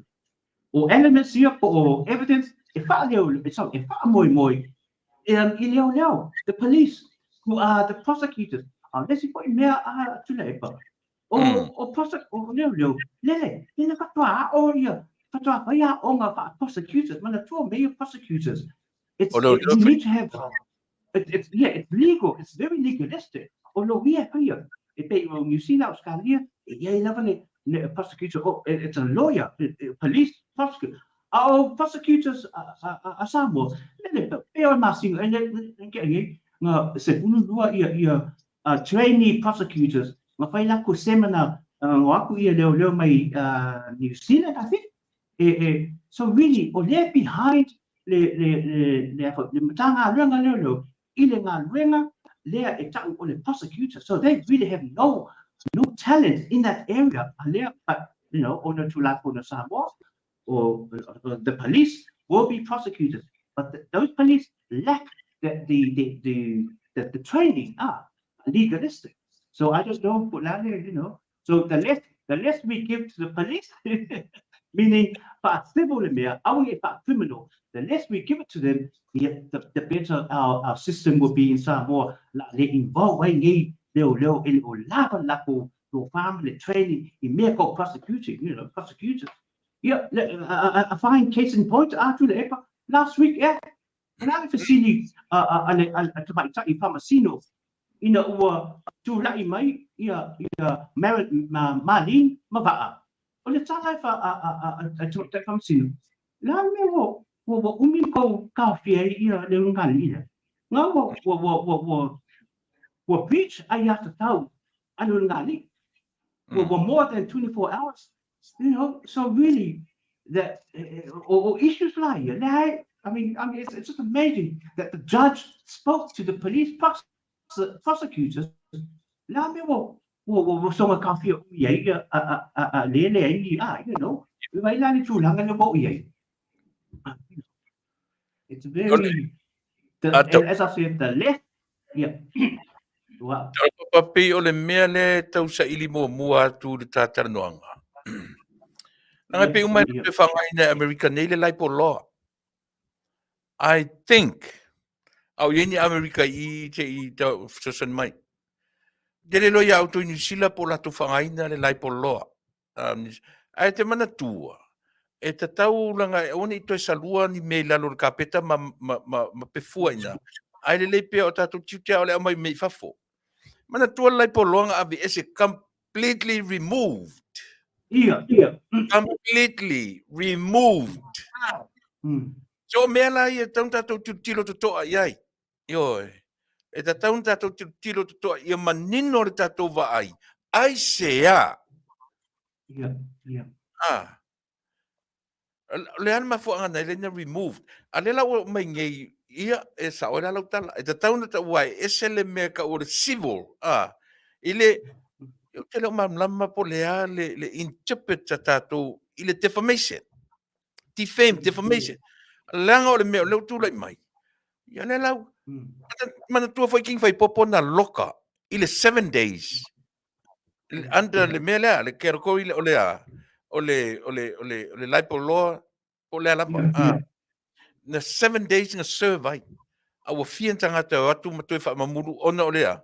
Ai sili atu na matu ya upu. E wha au ngā. Ioi. E whanata le Samoa na latu whangana le upu. Le whana I oti whanga le ulu. Sala le sapetu le ulu. Lea o te mon mawatu singa. That's even worse. That's even worse. Yes. What do you think? No, I agree. Ole tulanga le libel law. Sorry, is yes, e yena libel law I America, but ole winga la tala.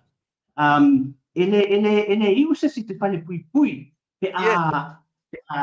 You know, so it's really a monetary value. Even the Tula case jele for angale watu foi the case jele America le la matanga last year. Why for the actor for angale. Part le Imana tuana lima eva yaso le na case o le faleanga le tamali anga o le tamaitai o no, but in the end you know nga afio mala se 10 miliona ko kongilesi ai 2 miliona ko kongilesi ila fa paling, but there was no imprisonment, there was no involved any police se bangana ia mai le fela ko witness statements, but no winga lot tala ele lo tempe ele fa foea ele leo nga o lo ia na ba ale tu tangi e malo ia ale tu ale defendants. So back to the libel law, ele super ile law, but ole remedy meaning o le unga o se libel for the defamation case ta fai pu isa si la la ele nga remedy and people free out nala na mata nala fa availe mesma o yo o tu singa a newspaper so ka ko lo la ia sa fa o vinga ma tulanga fa hiki la o almost dictator awa in time nei that's what happens you have to know no yele kesiano no yele le constitution and yele you have to tell they get the reporters are thrown in prison. Le foi na fai ele le kalambia fiongi asiata I mea na o le media o to sunga ma to kalami pe sa I o le fourth pillar o le tapa tonu le or you could say tapa pa meaning wa you know o le telo cases wala na sila fia le nu ia tulanga umo me pa politiki ona la o le media you know. So, but you have to know there if I'm the law kai pe le lago law Samoa, a Christian country. If I put media reporters they speak against the government. Oh my gosh. Yeah, pe o le mea tonu ana langa o le leo te mana tua just before past became the government Samoa. Yeah. Mana tua na whaasalalau mai ai, e le o tue whangaina le lalolangi, le laipoloa, except for Samoa. Ioi, o le ngalo ia tia ule mea lea. Lena whaamatala mai sa lea foi. Pei uma oi foi, pei uma o le, oi e le. O le e le atu se malo mafu. O le laipo were removed from every lalolangi. Every democratic country, yeah. Democratic country in Langi. Ese la mea or defamation. I don't think I said, but the threat. Ese Okay. kai pela ia foi. Te pela si ngari lenga o lenga ngari. Paama Malin. Kilo e ko kalame le ngari. Ele ai ma se threat. I'm fine ka ko kilo ia ile defamation. But ole ko kiki vai aso loka le ngari. What do you think? No, sa nei afo lenga feeling ia sa memo mo. Sa nele lava no so nga ile mele ole threat threat kusa wo nale tofa matao. So therefore o elements now o menga criminal. That's definitely criminal. Why ye foi I tango tofa threat si ile Australia that you I'll come and kill you. Elengi menga elengi defamation menga. Sa oi. Or that threatening to kill. Kusa po yape le so fanga le so toy gun when the two olale fa perceived threat kusa no fa peso ngata o se me mo ale ole toy gun, that's still the same as a real gun so money na o meno le tulanga it's to fa matao threaten. So if one so forward ngata, that is definitely criminal. Ote waila. But o le laipo lo le Samoa e pe o te po e umai o le threat ma le defamation. So you're right. Well, you're right. So e ka kau o ngā whaisa tula pono, poni tula pono, po se ai inga. Ave ese mai le defamation po e whainga o tana upu whaangale. It's my threat, but the threat itself should be part of the Samoa criminal act, legislation only. Notifia paitase ye satay. I may say to langa ye if the city lefa pe mai the lie to lo ia umale ba ia sample le e ka kanga loka ya lo nga foi o le tipo de stile la no kwa yenga la me fa pe mai lo sam ka kanga sa la me le oi e mai la se warrant say a arrest warrant a wa foi ele o see ele me ka kanga arrest aí you say but anyway that's another topic, that's another issue. But coming back Taola ile criminal act ma le civil act o a me leipo la civil and a criminal ka amaka la ile ta amata la le threat o fe e leipo la ile le threat o lalo le criminal por civil amana tua o kele vai mamautu ile tulanga na le threat. It's really what you talk mai lava ele libel law or the threat to the criminal. It's a criminal issue. But it's your sections on the tulafono.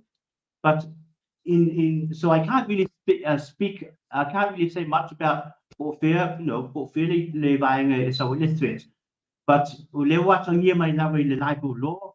But what I was looking at earlier, or tulanga sections on the Samoa criminal code, ma Samoa criminal procedures code, tulanga later tupunei i Samoa me mo wa leo fa pe mai ia tanga lungo lo e ka kama na se pesa no o le facility o la na ko right sa ide sa e mana tua o le sa na jurisdiction o faina Sam lawi oile ina matanga ruenga ole loia sili. So really, in a way, when it's like got this jurisdiction, I find for lo ye bela to ye leo there.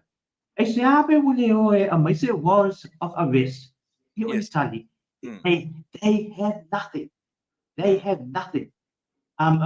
Say you Samoa tule mana ole section ole tula fono Samoa. It's Samoa Criminal Procedure Act. Section Sepulufa. If I bail on Samoa and I'll just quickly talk about the section there. Tangata ua pueina whaapangota. E au noa ma se tusi whaapoloa inga. In other words, e au noa ma se warrant of arrest. Which we are pitasi. A whai ua pueina whaapangota se tangata e au noa ma se tusi whaapoloa inga. O so se tangi ua mo lia ai le soli ngā tula fono lea ua pueina ai whaapangota lea tangata. E ao o na whaatoa ai atu I se taimi wawe lava e mawhai ei o na whaatino I le whamasinonga lea o le atu la I tangata. Now, let's go back. Ma nei o le section there. A whai ua pueina whaapangota se tangata e au noa ma se tusi whaapoloa inga, in other words, summons or warrants of arrest. So in other words, e mawhai kusaloka mai, e mawhai leo o na pueina se tangata without the warrants. Pei tai. Le fai mai le vaenga le element o so se tangi ua mo lia ai le soli ngā tula fono. O le fesili la, o la le tangi, o la le basis wa lei o na arrest ai Sam, for example, e au noa ma se warrants. Because e tu lai no la I o sai binuma whamasinonga. La whapea mai le, wa le whapea mai le tula fono. O so se tangi ua mo lia ai, le soli ngā tula fono le ua pueina ai whapamata lea tangata. E ao o na whaatua I atu I se taimi wawe I luma o whamasinonga. So really, I lo manatu, they can't arrest Sam because they really have nothing to arrest him for. Le details on lato tangi. Le lao mai luma o le whamasinonga. I mean, are they going to say, oh, leo matu arrest Sam, e au norma se warrant of arrest, ona la, let's see, kau kingwai ngā ia ngā hula aisa. Yeah, they better have evidence. Or, really, a kako mawhawhau le tu langa le wo ia Sam. O la le soli ngā hula hono Sam I le taimi nei, e mawhai e ona lato arrest. So, as I said, the sections of Fulupa, the sections of Fulupa, it must arrest without a warrant. But on the Lapra, the minute they stand before the court, but my say, o la lato tala la whaile whamasino, o la le lato tangi, what is the natura o le tangi or the charges while they arrest? Sorry. So, yeah, in English, it's really funny. It's really interesting in English. Person arrested without warrant. One, if a person is arrested without a warrant, any information charging the offence on which that person is arrested is to be filed as soon as it's practical in the court before that person arrested is to appear. So the wingo all up to if I go feel like arrest you said, what are they going to say to the court? Why did they arrest Sam? Yeah, or our charges? Well, our charges to the they got nothing. Or our charges, let's see, what they can't say, oh, he murdered, he killed Tuilaepa because he's a witness in there. Or they can't say, oh, the court was thrown out. So in other words, Makwa week, another case and no terminate. Ola leo folinga. It applied to warrants of arrest. Because there's another section I won't go into do, but if you think about it logically, it applies to warrants of arrest, my court, because they have nothing on Sam. They can't. Why? If it's in the court, the time apply. Yeah, issue 20 warrants. It's the same. What's holding that to Sam? Sorry,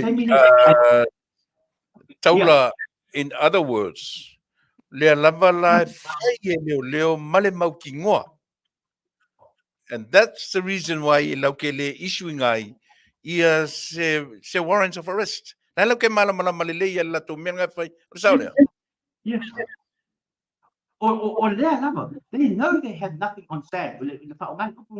They had nothing on Sam. Or what they had is very weak. Mana tua leo se whainga o le maoto tufino Sam maybe 2 months ago. They did it without a warrant. So, wala sa ili Sam. I bet I se tu ainga le taimine wo sule lo because they know the families of Samoa, they will never go and sue the police. They got no money. It takes time.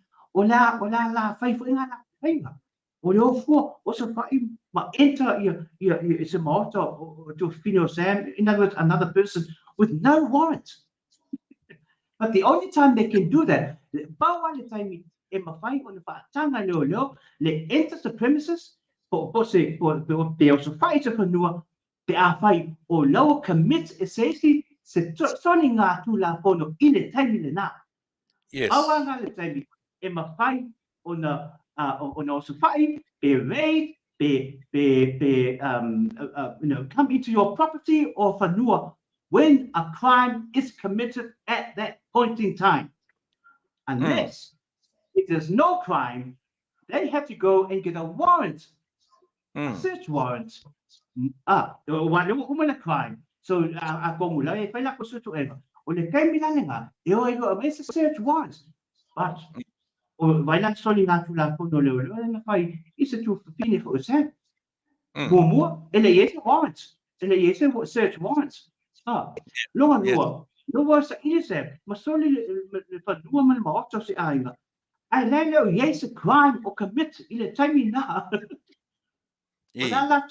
Lalato solitude or Lalato Milena a reason because he's hiding. We believe he's hiding here.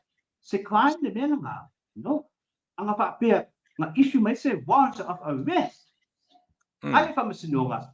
Aule lafia isa here on the crime na le mena.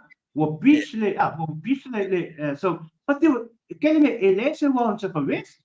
A search warrant. Wala le so nga tula pono le na fai the maota for ainga was too fine. But the family can't do anything. They can, sue the police for breaching the,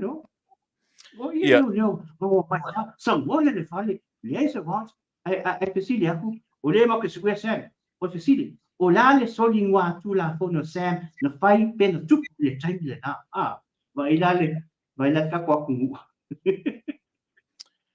E faisi feu na tau pe ale malama ia yo tatu tangata.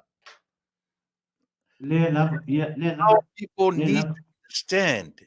I toinga issues here. Now, not only the police, but also the undercover police. Leo fewai I savai. Undercover.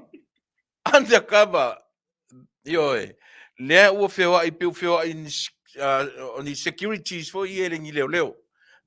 This is the latest thing I heard. But kalong I mea leo mautinoa. But le mena leo ua whaau ngā ia leo. Ofu savili. Oie pengi tangata. E sa ili o leo te fia malama. Leo ka wha si vai sua le. But the question is, why they still looking for him? For what? That's a $6 million question. I may say it sounds silly. Tawa silly. I may say la. O lewa aves paila uma. E winga ya sample o susu enga po investigation. Ile no ya silly o le tenga malo. So in other words, their jurisdiction, their jurisdiction over it's finished. Okay, here's a problem. Also in taxi stand. Lima ba yaso. Leta ka pia na ba ai foi linga o le ile ba tu fo I limongi. So in other words, o le spa inga leo I le taxi stand na pe ai wo Sam or something. But anyway, o le one ngo mai tana le. If a vesta no na I tanga to lima, one of them died within a week. Pe lua vai aso o later tonu le care po le custody o leo animal liu. O le tala la le na ahinga fa pe wo fati it's a matter in a pangota le ta to te lo from other information o la vai mai to tong no pui the pangoka o la vai mai esa so they anyway o le point in the someone died in the hand in the presence of the police custody o me ka wa lenga o mai le tulanga le a fai nei la a fai lenga ma liu le ka I to tonu le custody le leo I fai no facility fa pe mo fasi e si pa mo ka who knows so When when o was le bele when was that out? yeah I did bring up the article here we're going maybe no one lima neva yaso I think o sa inga the last o sa inga le nga o sa the is it more yeah I think more o le taxi stand Yes, yes. ile o sa inga pa anga le I drugs mai wanga Le rate le rolling up. Yeah. Ia ngale ko lima nga oi actually o ngafi nga tu la ia pa yo ngafi po ni tayo nga tu la ia to fa le na ves mai do sa inga le na I lumo le fa sinonga it was today or yesterday but the fifth person woman liu in the custody of the police yes oh I ile pepelo in the telephone ni news and alpha news ile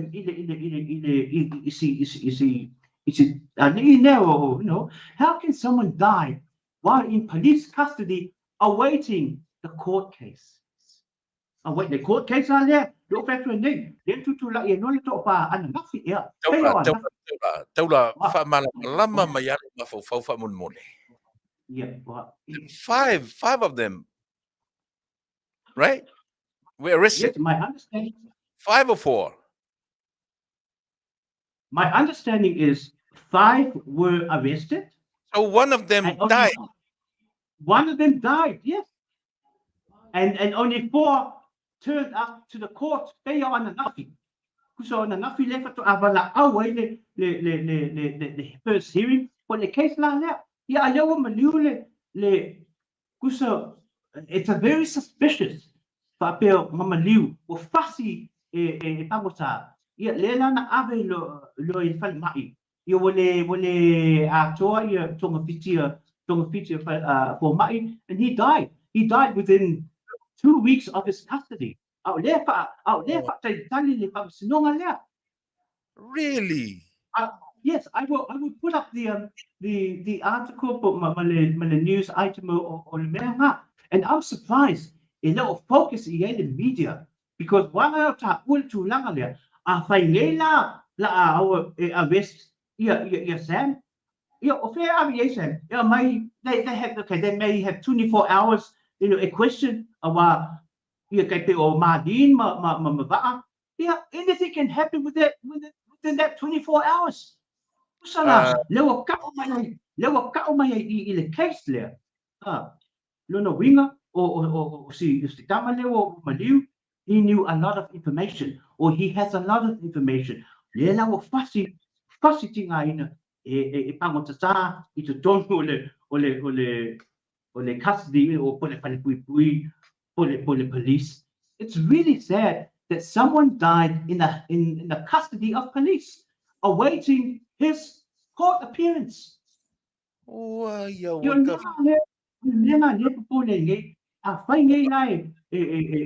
so it makes sense. But for whatever reason, I feel like, So leo te atu. I never heard anything like silly. Anyway, o le se aso le vai aso le nei. Masalo po le so whakaike po le sto nai. La mo to se ma vanoa mali o whaatau malama. Oh, ko mama, ia. Excellent. Ia, ua Faafetai. Ia, masalo se umalan hearing. Ke le ope whaise hearing pe a. Ia, leu ia mo se ma vanoa mali o whaatau malama. Ia, o si o kei, neli. Ia, si o nuu ma te. Ia, Fine.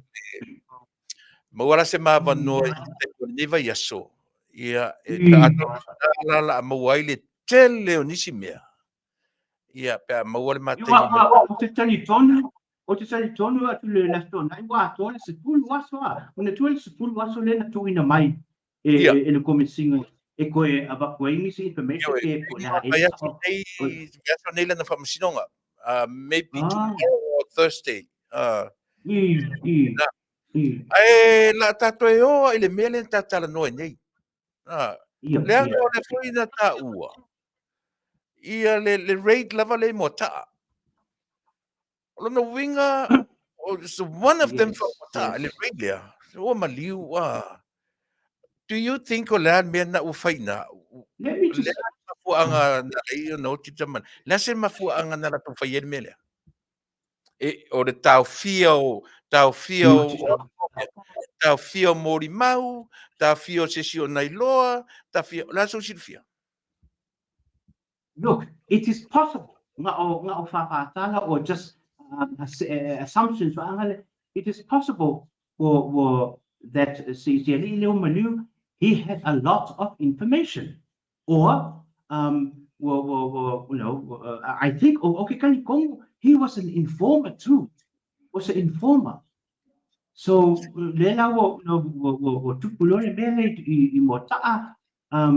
I mean, I can't speculate for what, but the fact is, one of the arrestee was pasitele pangota. Our fair your guards. Yeah. Ete mana tua foi taula. Sam was one of the informers. Esau. Sam was informer, right? O Sam foi fai ma informer sa ngalue mo leo before. Okay, lo.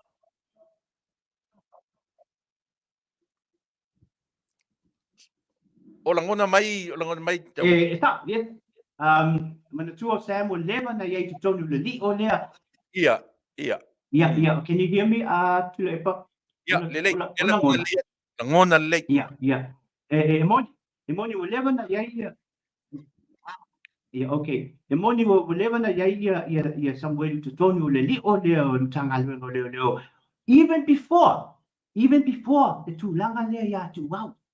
So, for whatever reason, he was involved with the police in many aspects or as an informer before the issue, before him, witnessing the Tuilanga well. But then since that, I like to say, if I a case, ile Manuia to wow. That's when the police turned, in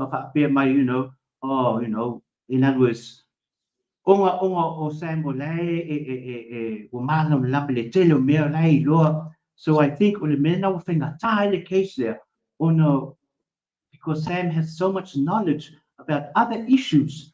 It's a Taunuu so it's one thing level Tuilanga to wow. Yeah, but we see information or therefore you carry somewhere level for Faafetai or level or to point a mere for my vai and this level and Kupuila. Yeah, lewa fear Leo Papali Leo Tower, for SSA Inga to Taunuu. In other words, lawa tak mai lava tangal leo. It's good in a way, meaning it's good in a way.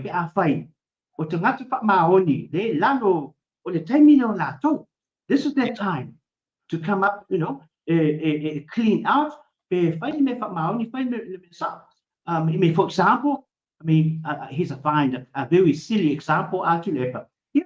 Or let's say example.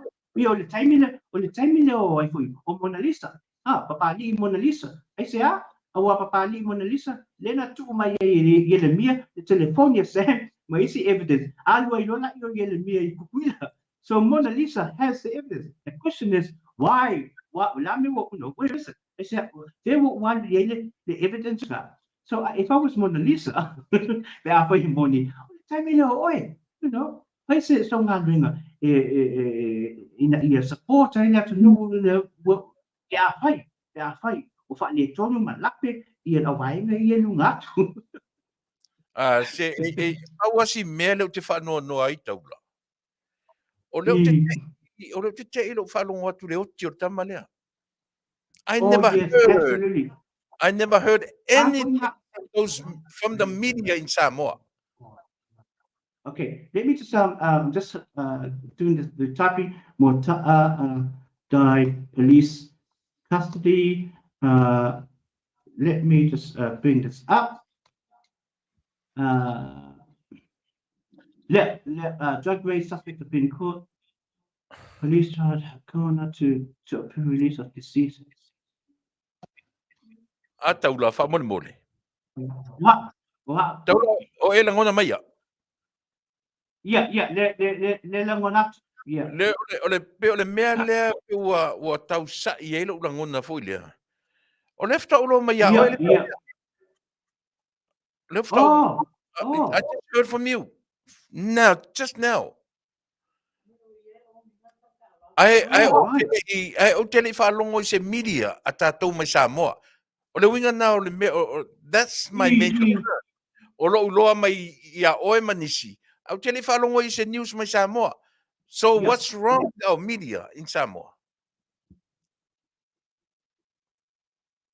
Okay then, look, vai na le article going back, that's a full feature of the topper, right? Yeah. Se full feature of the topper, o le whaonitala, drug raid suspects appear in court. To tell it, 16 suspects from 2 drug raids executed by police at Tuilaepa and Moata'a have appeared in the Supreme Court for the first time. Because their first appearance in that.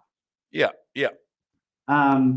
It's a full over. So, but ole mena na actually to lima, my understanding to lima mai Moata'a, the taxi stand na. Yeah, I just len manu. So this particular article that woman le manu, but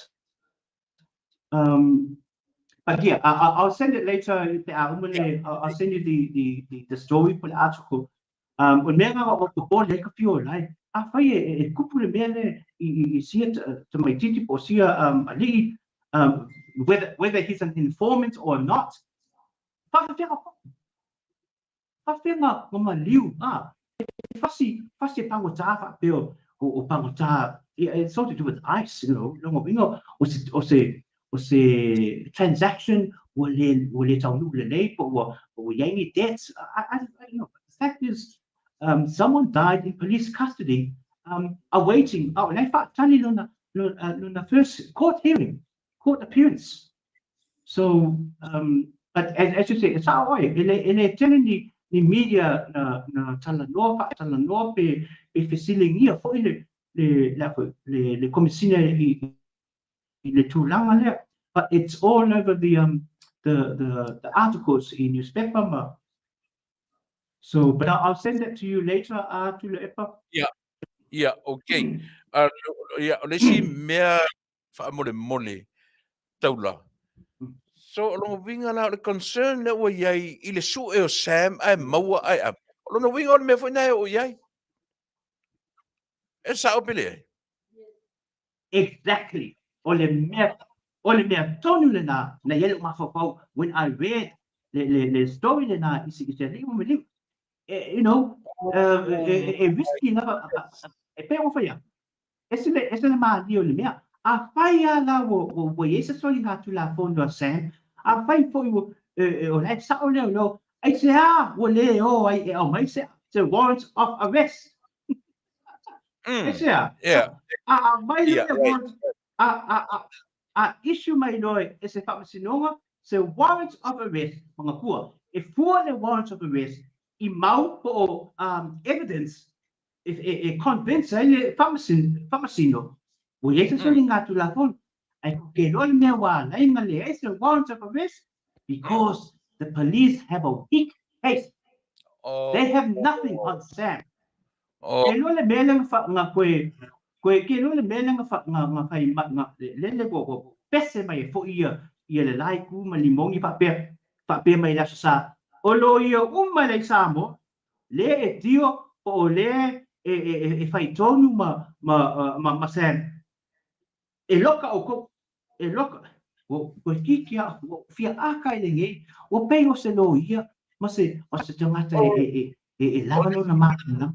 Le la ile tu lama. O le singa me o ke o mala mai taula. O le singa me o ke okay. Pe umali mongi a le o le lo ia sili. Pe se come singa o leo sole. Pe e pule leo. O le taimi taimi kalai ngo kalangor como singa, ngo fan como singa mele, fai le mele fan ngo kalangor. Wale pe se fai pule o pe se como singa o pe se lo ia sili. E a fua e mea. Ai ke lola Tuilaepa ia ma le whaafonga ko I tatu atunu.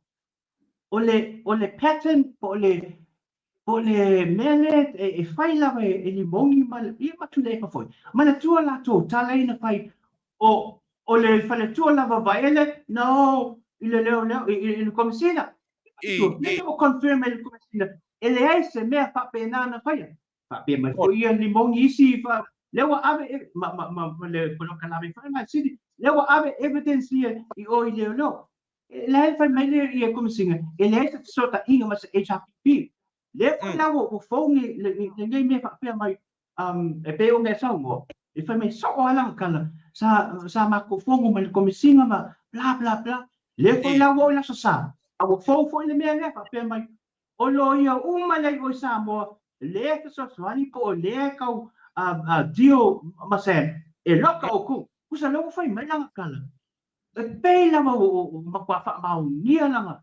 You know, ai ke lona se me ma ia Tuilaepa. O mga o lona ia, e sa ili po whea tu la pono, e iei le mea lea. Kusa lai fai mai ia I le mta upu le lo ia. Lea me la a loka, lai fai mai e loka leo lo. My question is, loka lo ia.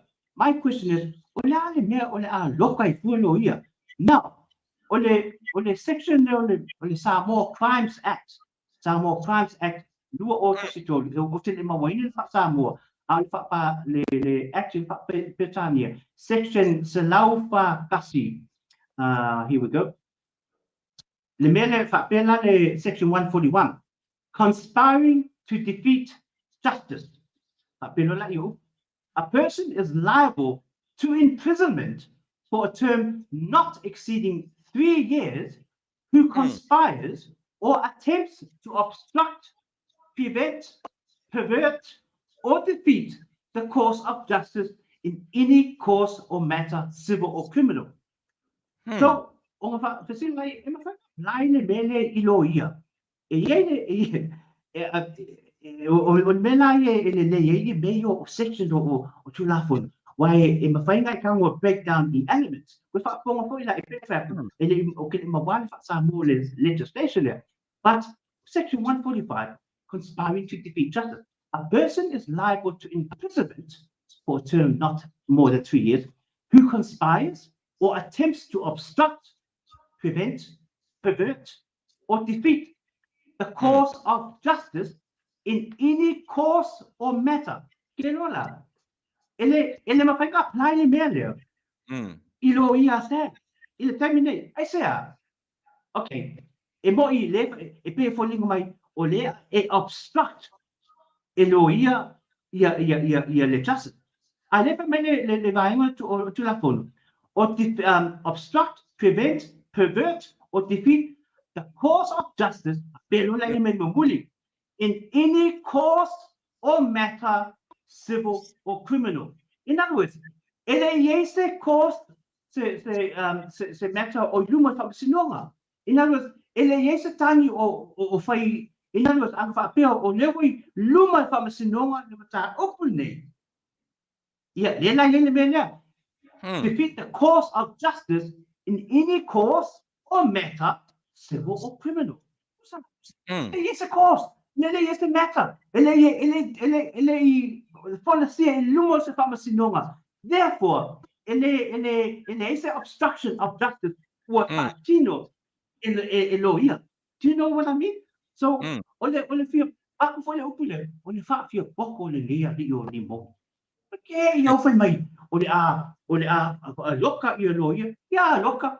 O fia o we ese case, we ese matter, we ese cause of action. I luma fa me no mai terminate. Ataula. Therefore, yeah, wow, Taula e pe o le si mele o kauan kilo i tatu atu nu. O lo ia, o ia langa o leo tatu longi, o leo lau ke leo whaia la ku ngaruenga. O lea fuanga fo i leo whewhu ta o lea. O lea le whea le sos nga sa wale arikor nga nene whaitau mele o kia kama. O le arikor whamwea. Observer? Oh, Samoa Observer and also Taunuu. Yeah. Oh, okay. I would send it to you. But Talamua. It's a very lo tema lo offer because that's how I felt too. I first read it. Kano facing a come kiki kusa but did he have to die? Did he have to die in his custody?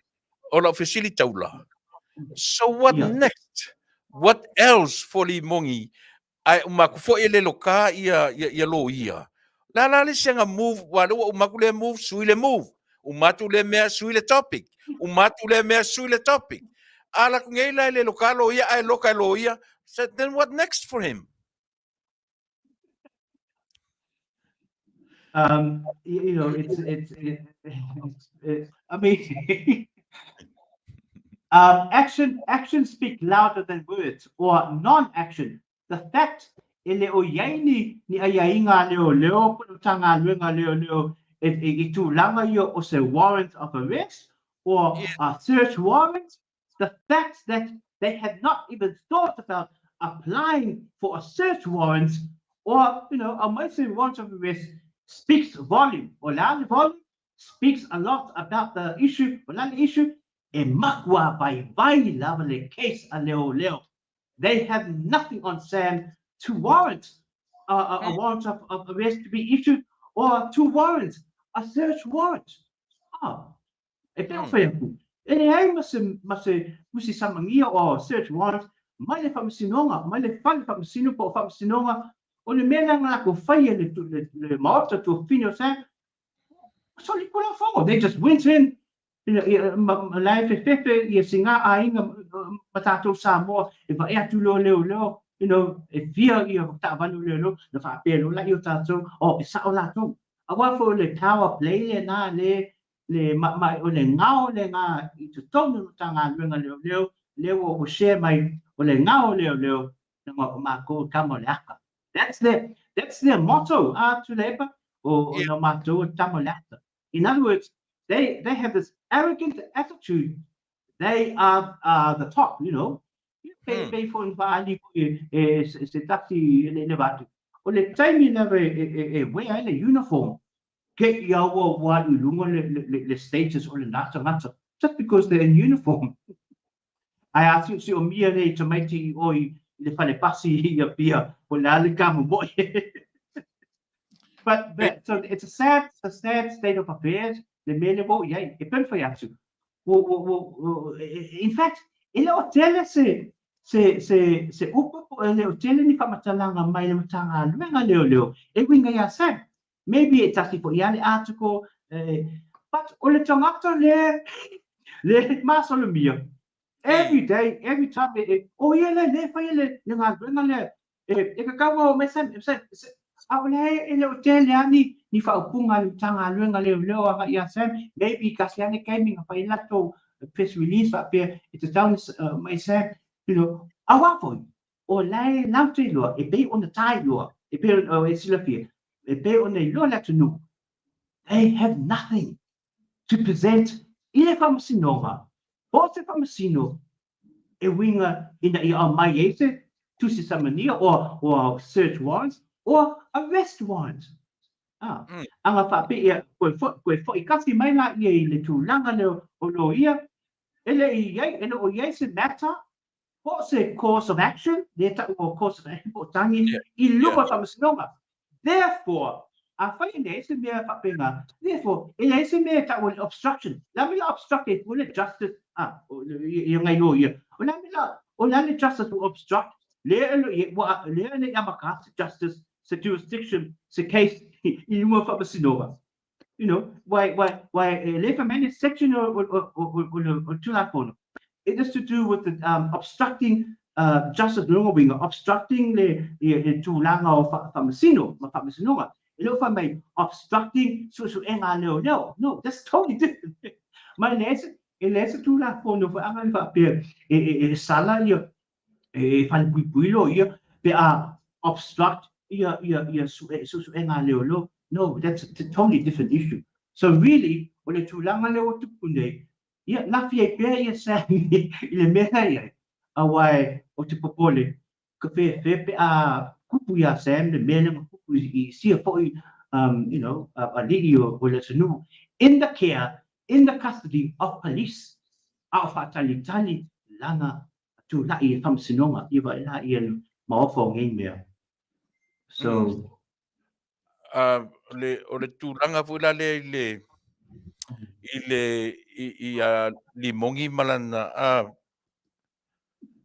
ele o iaia se mafaufaunga fo le kele uloa le tatu ia langa le piforinga mai team up limongi maleo I think tasi le awal fangta piforinga mai e fai le tag team ali mongi maleo e tau sira I le tūlea.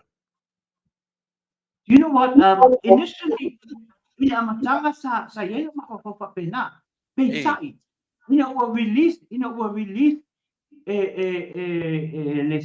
Afioga le komisina le information le se me fa pena.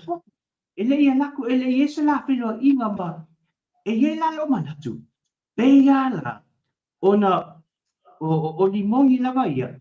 O le tele lava upu ia whamai, o na tatu pasiva I lola ia, ma tatu whapea I lola ia, o le veke sota ia.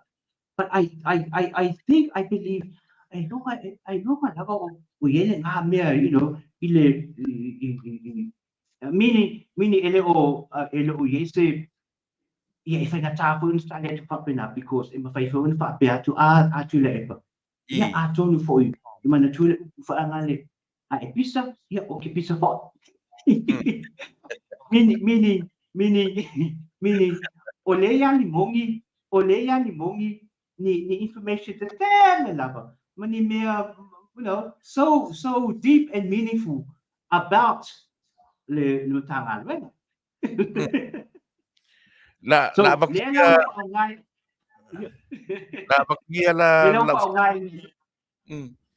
la Faatalanoaga fa le lau pe upa o ngai ngai limongi le power play le power le is almost the pili sau no ai fa pe ma pai le tala e pe folingo mai o le o pule ngai I le tanga leo the only time that can happen is if limongi has information or things on them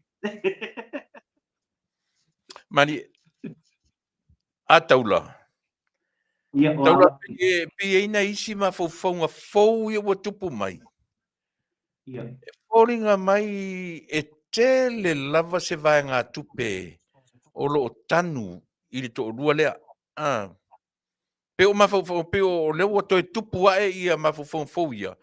Ona o le lava e pe control pe a lea ia la ua le mele o le whaatonu mai la ua ia tangata whainga luenga o le malo. So it seems like this still have those bags of the narrow level ka ua le mea. Ioi. Pi uma le fōringa mai ia mana tu foi tatu se longa o le af ka oso. Se longa o le af ka tu mau, se longa o le mane E pe fōringa mai o control. E a fua mai mea ia. Meaning, Yeah. they still have that much money. Do you think so? Le feeling here, it's not today. Ila mai tau ma pa ai pa ngani lo to yai o le lava e reach the power and o lo yai lava le I guess you can call it power al tai le tu ngai manisi o le au whainga renga le malo.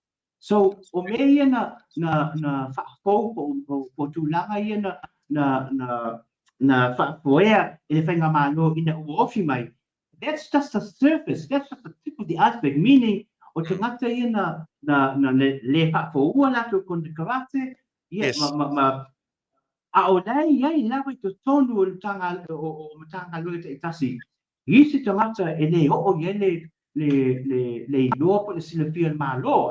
So the working behind the scenes. So generally, yes, I makes it. Oh my gosh, I makes it for ina ia matanga lua leo leo. I believe Olai lava on the side, but lai lava lango ia le lato fo ia mana tua fo ia tu le pa. Fasa Yeah. puli tau sanga na HRPP, lua se puli tau sanga le pule pale mia tangata tasi. Ia o tangata ia na iai leo io e fo io o hunt ia o i fo o salafi nati ia na ia fo la to lape, you know, so ia matule e pa fo na ia le minister. So o le fo ma o le fa lo na fa ma vai ia Egan Kyle resigned pa pele upu le tana i fo ia Egan Kyle tele me pio o tule e pa. So he couldn't cope. So you know, as I said to you before, it has Faafetai more in a ofi mai Egan Kyle, my America, my Los Angeles, to tono le matanga lo ila matanga pa inga ile a so sanga I suspend. Yeah. Pale pam sinoma lost the low charges. Na koi fa fo le pam sinoma. Ia ana koe mau Egan Kyle o le wingo o le story na. So ma fai Egan Kyle uproot le mamatoe before the department. Ma wa ia me fo, but what condition ia leo uma. They don't want to change. Let me not sorry for let's not the su ia meo mato masani mai me pasu to sa, you know, kuso le mentality le na. Right. Ia le alan to yo fia tu stama o batu pule non swapa Egan Kyle. Ia ma improve ia general mea, but you cannot elema fai I se paia inga kasi. Elema fai se paia inga kasi. A tu la ibele le pandemia tai ai more 40 years or 23 years. O ma sui se culture. Yes. O le organizational culture. Itu tono tanga luenga whatever on the condition mai is la binati hunt Tuilaepa for how many years? 40 years under the one party, or 23 years under the one. So elema fai o suia the culture make up with organizational culture itu tono tanga luenga is paia inga tasi.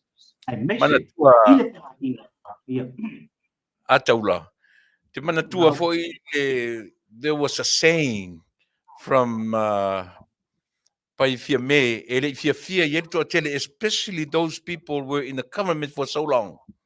Yeah. Le whaapunga lea, se I malea. Ai tilo foi la ile sa whaim presidente o Amerika. O le upu le na matua te e Amerika. Drain the swamp. Yes. Te tilo le upu na e lua.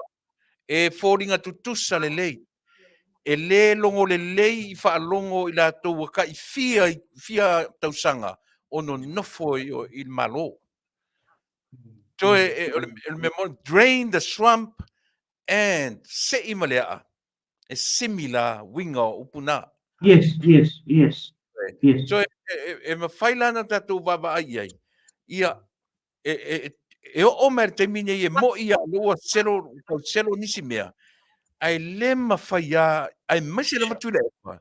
Tuilaepa was there for 40 or even more than 40 years. So ele whengofie la, ele whengofie tangata ia, o na tongi le solo, ia pe whapelo, na ona whai mai a le malo le na, lima se lau le matu langalango, ai pe pelo upu. Ele sao, e kau whavalea. Ia la so silafia. No, I totally agree. O te matua mo ia lau sanoanga. Mana tua le whatoa and we said to Tuilaepa, so we've only had what? Tony Tausanga, 3 financial years. Yes. Ele i kai o isa tūlanga o tato sa lau pasene whapea o i loa lango mamai lava ia as public servants i le malo fo. We are not there yet. Ai ui ala i nā tūlanga a Tuilaepa. Ai o ki whawhkai le kua. E ui ala lele uma se pai a inga a wai i lo manatu e lua pe kolu pai a inga ka kaunga o ngā fo ia ai le tūlanga le. Ona fo ai ala mea le issue lea ina ia lango mai le sa lau pasenge o whainga nuenga malo i le malo fo. Pe tai, e ui ala le i o iai le na le tolu financial years ai ke los Tuilaepa o le lofo le i lewo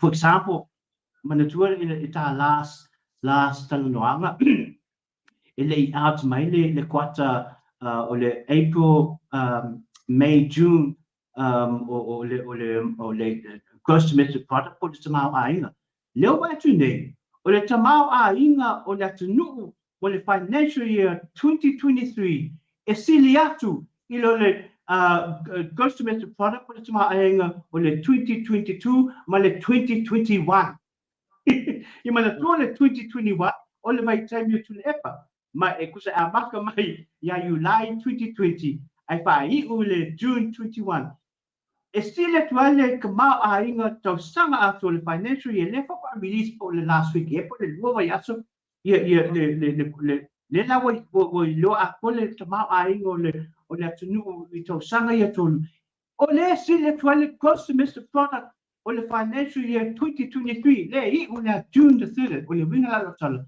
whakainvi ia le li e ui ai lape ia e ui ai wha le tonu ia ma me ia e tautu te masalo e le o lango ai wa ai le lofo le tua papapenga nganga o se tamau a inga o la tunu i se maro fo whatau fi mai the gross domestic product is more than the last year and more than the gross domestic product in my 2021 praise the Lord e falling mai la le o lo ma se li pe lava ia whainga whaavai ma a ia inga le whainga malu ko e ui lava pakua e ui lava o le ei lape ia le lava e no ea le mai au le tūlanga lava i le whaasua ino o tamau a inga ma o le atanu o lo o solo Manuia pea more than Manuia. So anyway, going back le tūlanga le i the public servants I may say lava the police.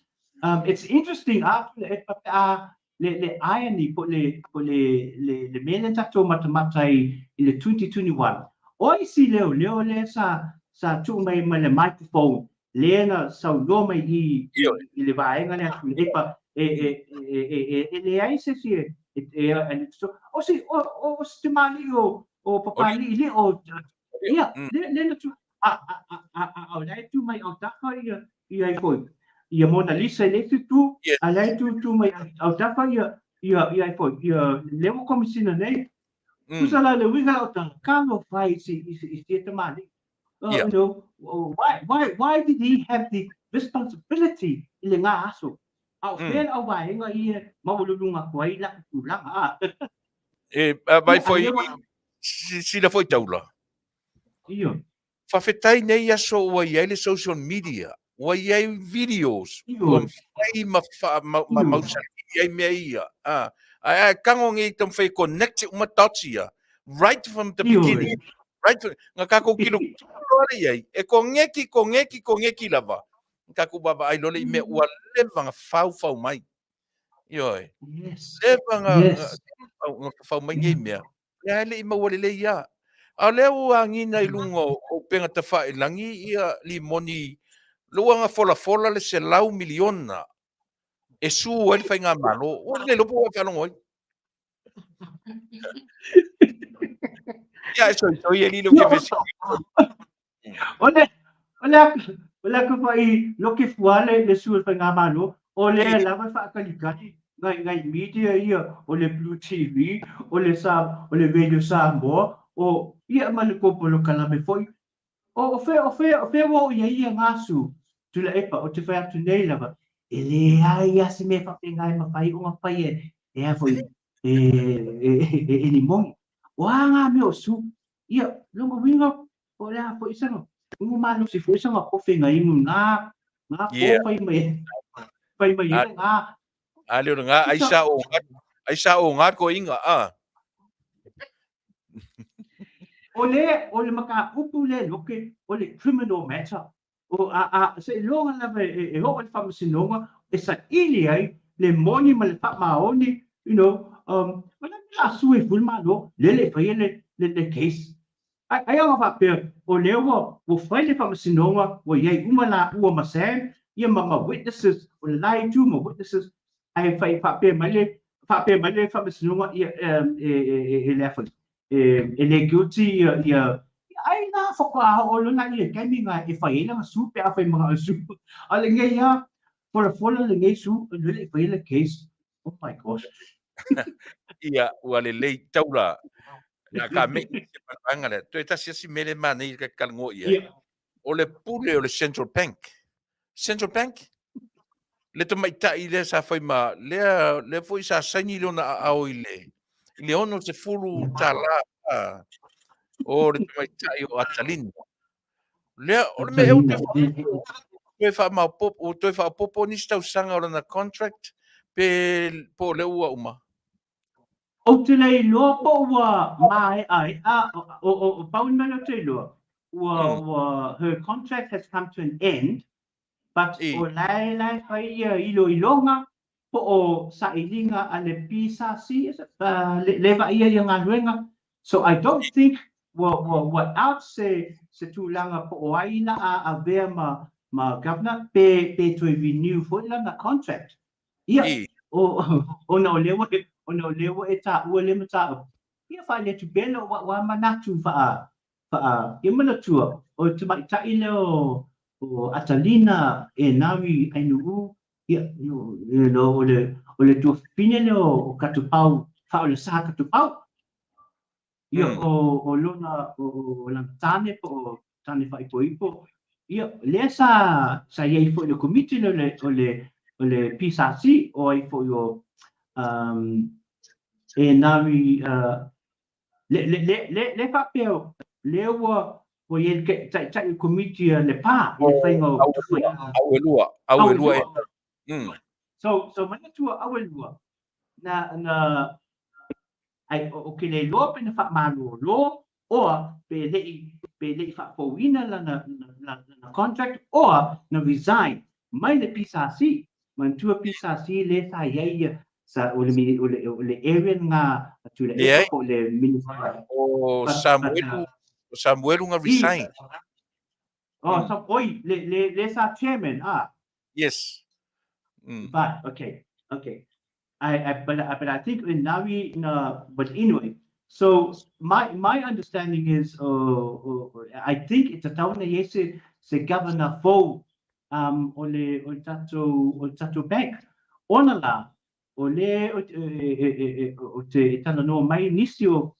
o fainga o tangata o malo le lango fas ele o se lau pasene e lango o le tinapa te mai tai le i le fainga malo o fia me so le ala ko to o ta o le ta upule o iai pele se lau pasene o tangata i fainga luenga ni malo under Tuilaepa le o le fainga malo fo how much of their support and i le tatu fainga malo so I believe i lo manatu se tau na sui se tangata e tau awe le ngā luenga now le governor le bank yo mana tua lai e si deputy po lai e si tangata ila luifo yo taimina yo na to ale nga foi sa ili mai se yo no we are kapile lo po ai le wa apply but ole mena to tona of course for my information she is not really 100% support le whainga malo so yes ole fa maoni la na luenga I te todo le bank but is she 100% towards the government of the day? That's uncertain, especially given her affiliation with Awelua Enari Yes. or her husband, Lena na Fasetua Ngalwe Elepanamalo. And secondly, her brother, Falusaka Tupau, who are very staunch Tuilaepa supporters. Te tila fia fo I taula. Ina ua tula I mai mea ia Samoa. Yeah. Ngō kilo ia ile system Amerika. Yeah. Te tila fia fo I Amerika nga ke holdinga le control the whole world. Ua levan tupu me Amerika langa system lea. Olea. E sau ar whainga malo ma au mai Yes. Luenga. O ta fita hauri na tula I Samoa temi nei. Mai de la umalima tausanga o tau whai suet fofo. Trust me e umale lima tausanga o kausa I lia le fofo. Ai te wa ai foi le na wang e le malo. Ele ana whapea ngau mai at whainga malo sui a tole la ko ai. Wa levanga kiwa le mea lea. Yo sui a kolang administration. Bolea le langa e popoko le vanga I whaikala ia ngofo pea ta I o isi mana tua foi oi. Wa levanga brainwash. 40, 30, 20 years Yes. brainwash tangata nei. Mai o ina e le mafau ya tunu tele nei, malo tele nei. Even 8 years, 4 years, e lucky pe aku Mrs. Pleskenge ko ave nga valu. Al fa mo mo ka ngakangi. Ia auangi I ai se mafau e la e ngā kiangi mea pe lika au tengi mea. E oi, o le ka ua ngā le mea. E o whaila kof Pleskenge. E umaro le valu if you lucky enough. E ke koe o le Yeah. No, it's all new minds la koe mai carry on le malo. La so sit. No, absolutely, I agree. O le whaka lave Samoa, ona la, mana tua le tala nota o I le transition, le transition mai le whainga malo fo, mai le whainga malo tuai. Ona la Samoa, it's been one government for so many years. Yes. A tonu foi I le mafau foi po le whātua whana inga malo fo, o whainga tā ona o mai tu tonu. Ma o mai ni tangata fo, it's very complicated. Onga wale ele masani tātou. For example, ele pe o New Zealand o Amerika foi, o fia tau sango petutu ia I malo. So o mai no la ia pa inga last year, e easier, o mai no la ia malo. Au kako, o le first time le nei, o le first time le nei, o sui ele malo. Kusanga, if I keke fo ila, if I kete fo ila malo, le whainga malo po. You know, I mean, what public servants do they have on the side? Kusa Castian public service, le go with whainga malo, le whainga tā po na sui uma. How can you do that? It's impossible. O sui uma le temi ta. Ai Faafetai, ile le tolu to sanga o uma tu nei. O sui lava ia tu langa tā ua. Yeah. Le ministro o le CEO o tupe ia vai lan mali o kosa wala le sistema o le o le lo ia sili le nga ia le fa ta tali la case ma tai pali ni but see how funny how o I ona o luna to lua I think a connection ma le ba ai ma na foi ai le trust ale malu na foi tina e ve ma CEO de. But anyway, maisi atu lava. E ui ala e pena sound no. Sound no se malo fo. Ia le transition e mai uma ne. But I think we'll find a taya I le fast. I le tau sanga mua mana tua le fo uma ia tato. Fo ia I tu pandemia, minister, and if they have to rely on someone. And who do they need to rely on? It's a matter here were already inside. Ia ngau sila fia le bia le hosto mai le pisa si le pisa le au kama kai fa le mo ke aku I suinga ia ka fio lai la pe anga pa pe sui a ko ia le ana le ka le ko ba ia ku o ko ya le au kama kai nga mai le pisa o le me ma ki fia ko sanga ngala ko ye ma le fa nga ma lo Tuilaepa ele o ke lunga ma le ke le rights for entitlements tanga te penga renga ia le nga suia fa nga ma lo o le ale le pisa ala le but going back to your issue Vasily le la wo umata sanga tolu o te tali tolu foi ile next paya inga ule lo fo le ni ia tato mo atu yaiu o tu la I tato penga malo o le confidence fo le ale te matai pale mia ma minister e fai la swinga ia te tawan sui pe a fai o vai atu o lo iai fa le tonu po lape va ale e pe fai atu ele ma se kasi te paya inga e ma fai uma sui ai le culture I to tonu tanga renga ia fa le toto e pa fia ma o wi le mo e wi ai lape ngai ma fa le kongu al kamau a inga ma le gross domestic product o le kausanga a ko le 2023 le ma lunga I lo isi tau sanga I matu nei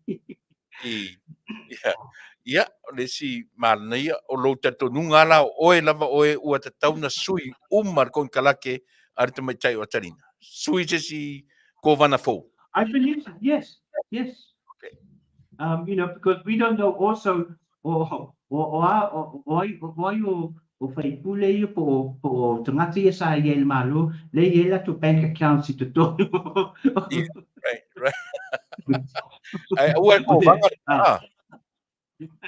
ai mentioned ko vanga be I mana tu foi me fa pe le pe ta noi foi le wa fia sa mo I meio Panama Papers o le me fa anga le o le tax haven ku se ku o Samoa ku se ma Bahamas ku se mai ta no le mai ia tu mai fa ko set up like company structures in ia escape ai le to mingo tax o I source ai ono benefits le ale fita o le SIFA le Samoa International Financial Kusa o le benefits ia company mai fako I le tūlanga lea o ve Samoa ma tax haven ia pe tai wa fia I la Samoa I meio money laundering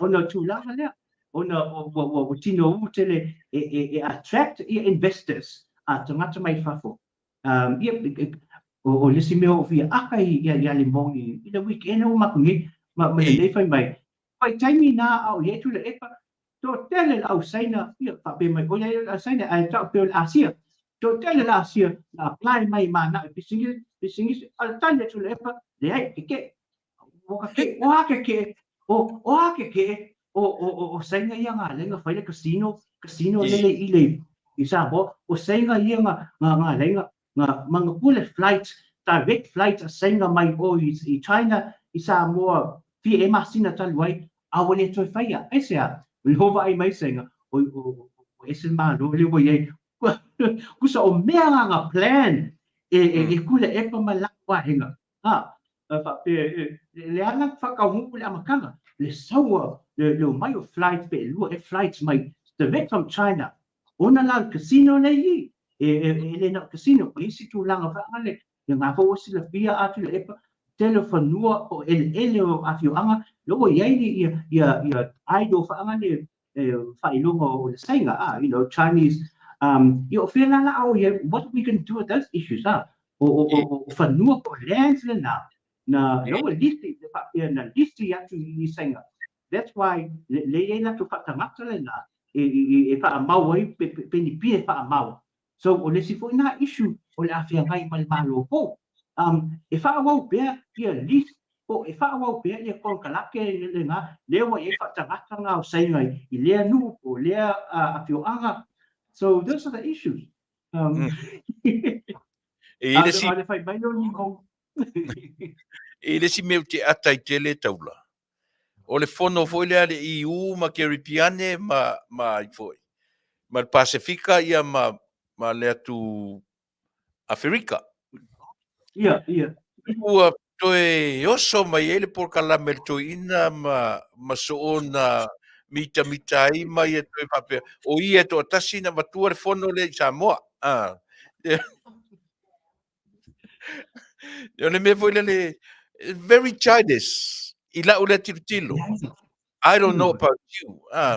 Kai pe ko kia fa pe kai pe me ka miki fa ya angale ya lu ka mai le ya ma angale ya ole it's all about me. Yeah, yeah, yeah. Alai no le Wakile. it should be happy. Mo ole continue. Ole fa awau o me fa awau. Ai le o to sautam fai fa pe mai ia o tele lopora o tele fa longonongo ai a o se tala fo le fia me fai acknowledge ai ka ngala ka ngalu me aptanga so which was true on me fo le mo acknowledgement what's wrong with that so le ua ke le ai le mafofau ma fa pe mai a Samoa o ia he was the one tele lopene fa longo ai Yeah, no. Elena, that's not the only time I've heard it. It's an AC examples. Umatu, in tulanga lava le papel, o ia na faya. I want tili na papel nalto ina to the epa back for ile. O te tali tonu. O le okay for ya to ina. I want tili papel. O longa kali ina le mongi. O ia ne fai. O ia ne fa o so ia le narrative le na papel. You know, wala le main fa ngal o kuya kuanga ngalenga ai pa ko mo la ku yo ko le pa ngalenga ngam pa kuso o limongi le e fa o so le arrogance fa ngal pa pero angal le ku le pa le ya la fa lo ai fu la ko inga so you know le fa fa ai ka nga malama e ka nga malama e mo ia tu le e pa le mia all he does is sign the capio pestende e sai le o fai mai o inga polo keki mai si mea mai si tu langa o ngā ruenga le e mimitai o le fai e papa langi po ulo ye tu tonu ma tanga ruenga pa tasi ma public servants le ka o ia all he does is you know maybe okay the final decision if he just signed the final but le fa pe so numbers ele ka ka o nga ave uma le mita bitanga po vi inga ma fa le tanga ya kula epa you know wanga ye me fai male senya okay o le fa nga yoi le fa tino tanga to tonu tanga luenga po loketi ai me se I papa langi ai ma isia tu so this whole issue about being anga le ai kula epa no e ka ka ko no au nge kusa e fia ye le HRPP le mega anga le kula epa ia o foi langa fa ilonga le nga ma mai oi sida o no au talabo le so aku e ko lima e pe ko Pacific Islanders ma graduate for ia ko sanga pa kasi magkula epa you know isi pa ilonga so elenga o ia so ma ina le mela ka wala ku nga kula e pan Samoa nga mawala nga pikam ale su aku yo sa ili la ye ngo o isi Samoa o isi Islanders ilang kausanga ngai wai so but going back to points unfortunately Tuilaepa le tato loi mana tu fa ngale loa ia le tangata tau ai ngā tupu I le tū maanga manana tau tala ua ngalo ia tau le sa olu but o le ka koe loa o le nei toi ina o whea e sona whaasino manga o whea ai ngā tupu po ai ngā tau tupu e tau iai o le mea koe la le pe alu na ia ma fau ngale because if I was someone that really had these connections with tama ainga ma swafa te tele, ele pa bese mele o yelo o langa, post prime minister, ole kala mo mai ile ki o whaangale, ole so mamalu, o ngala, leo ko I wale tangata yelo na ia lava whaasino manga, that's the way he was brought up. But if he was connected to a kingship or tama ainga or he would still be mama. Ai ona o tangata na e pesa o ia na uni mali tua wala na e pa I mea o lo palemia o le position. Lela wa o le to ia le position e po le status lea. Ia na o to fo ia le tangata I no na ia na tua. That's how he was when he was brought up. Le ana ko I wa ia I kala mo mai polo kala me fa ngale fa sale mau sau mau ko vi inga e po ai ia o le nga o folinga e le fai le lengi lava ai nga o fai mai fo le me fa ngale le li mai lumo I oh my gosh so unprofessional son so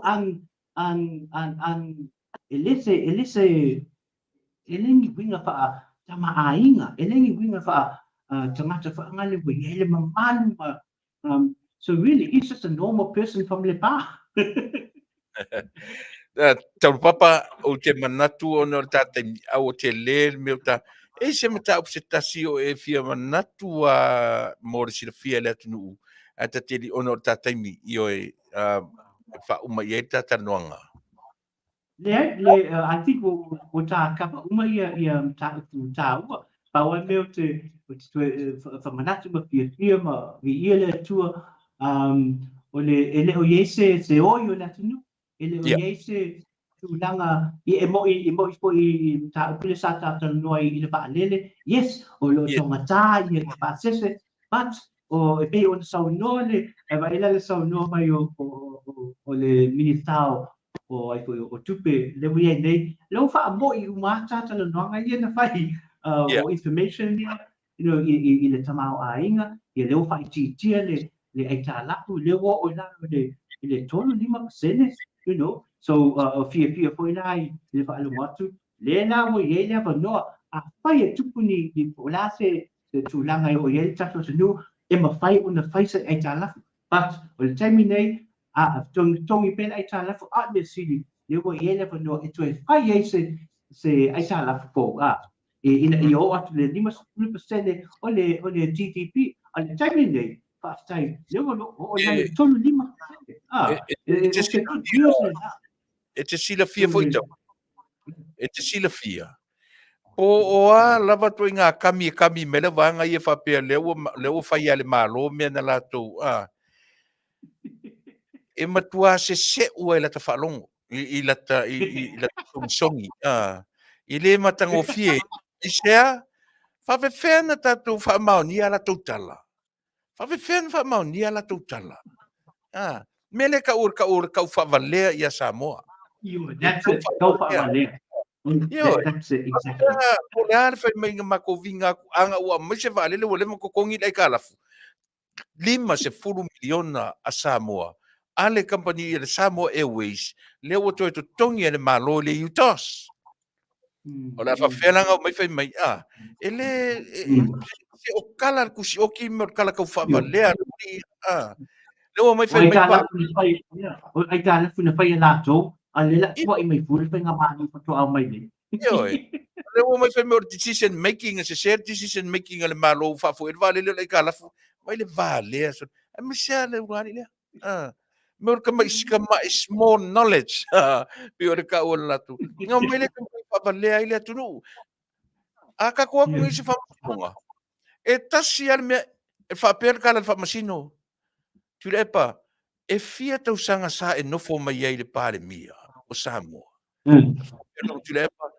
Luas ful matolu. Ai fast ful tau sanga o serve as a minister. Fai mailo mar whamasino. Nā tau sanga tele ma whaina whātau se wālele. Lala kala kui lai para whai. Ei, le laka kanngor. Ka kula mar whamasino. Tuilaepa. Lenata long service for how many years you served, and you didn't even buy a small aeroplane. And now you're crying for a big jet. Polar ko nga vakele ke maoi. Leke sa ngi efin vai se fango fia. La so fina ngalo. Fa umay ka por kalame. Ia, o ke maha ia fo o lo manatu. E sa o lele la. Ia, a ka kukui mawhawau fo i, ngai ei le waane, ngai ei le waane le o le Polynesia, le Polynesian Airline.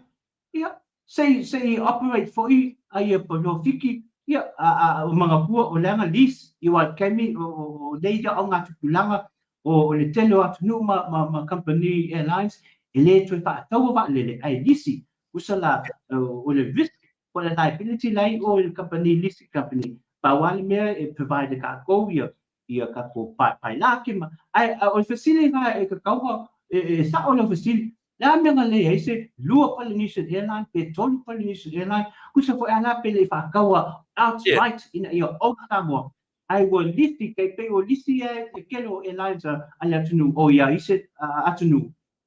Well, we should have had three Polynesian airlines and one we collapsed or were lost for 40 years and 23 years as a prime minister. How come we're lost here in our airline? There's a problem.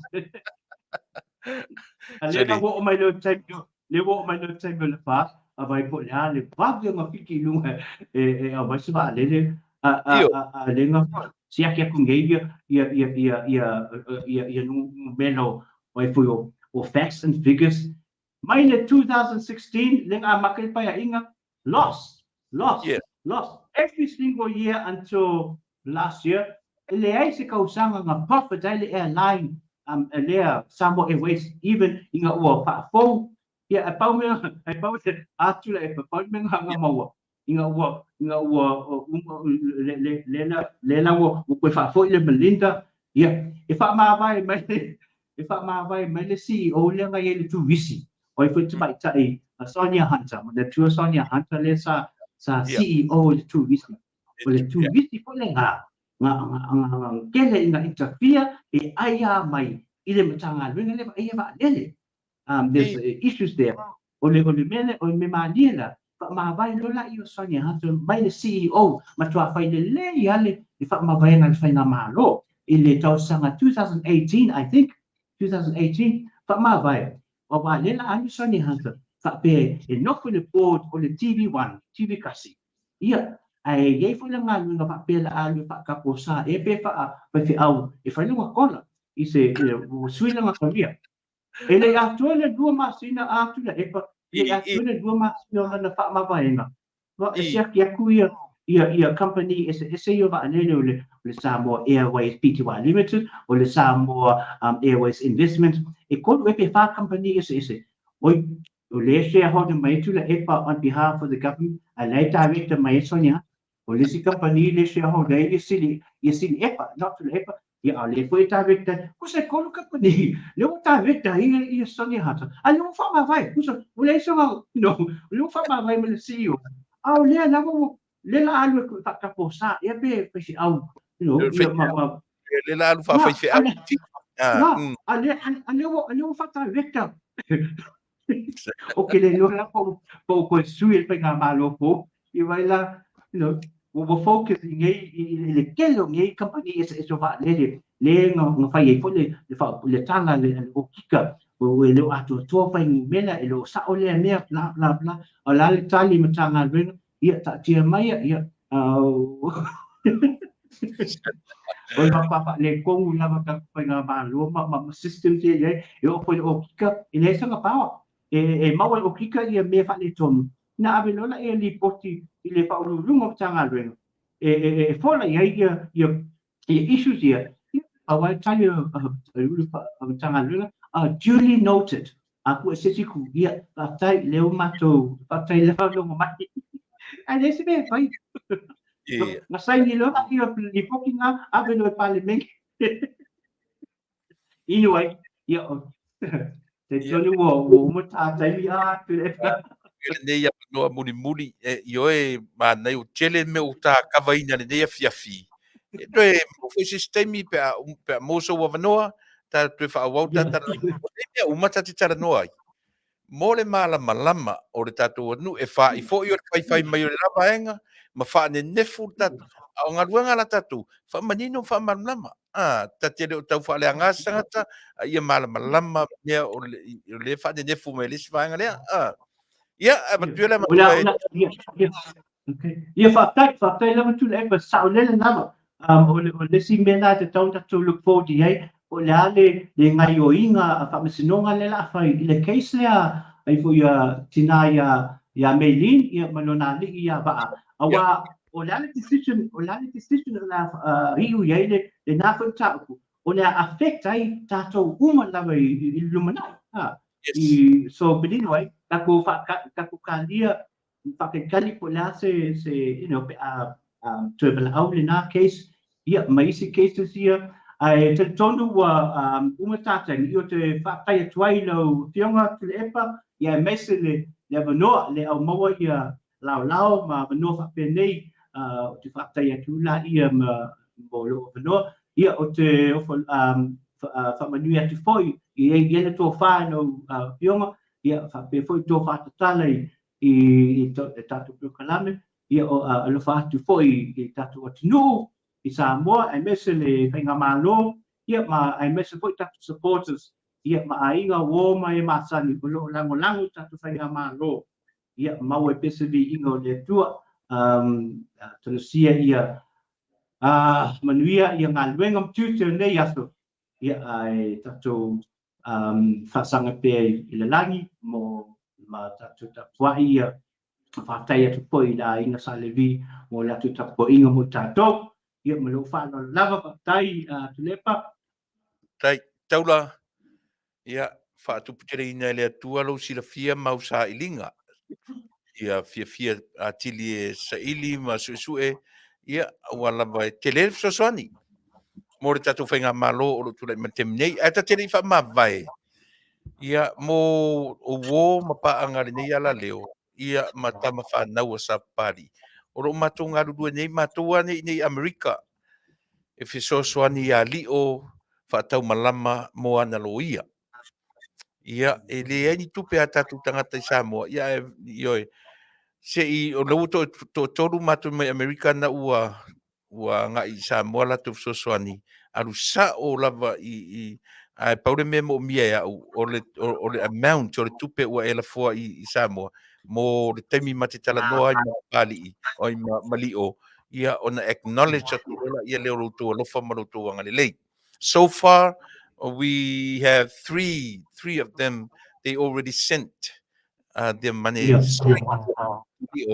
so so swani na ia pamole au mo le mavanoa ma le uso ia Taulapapa mo tatu uma lava le ngato tama whana usa pali lava ia wompa anga si whongotai a fou ia o le ale tawhia whingalo Taulapapa ia ta uso oe ma whanwhana ia ta upu matatala whaftai tele lava i le sirafia ma le los ati ta saa mai ia wale whawhonga le tatu atunu ma ia tupu pea le malama to e sau malama ta wheloa lo i pea ai fa mo se uso ka sent mai ia ka ari ko sa mo au se ia ai mo terminate ia ta se foi ia ia so i foi mai Manuia ia Faafetai lava se fua alo fat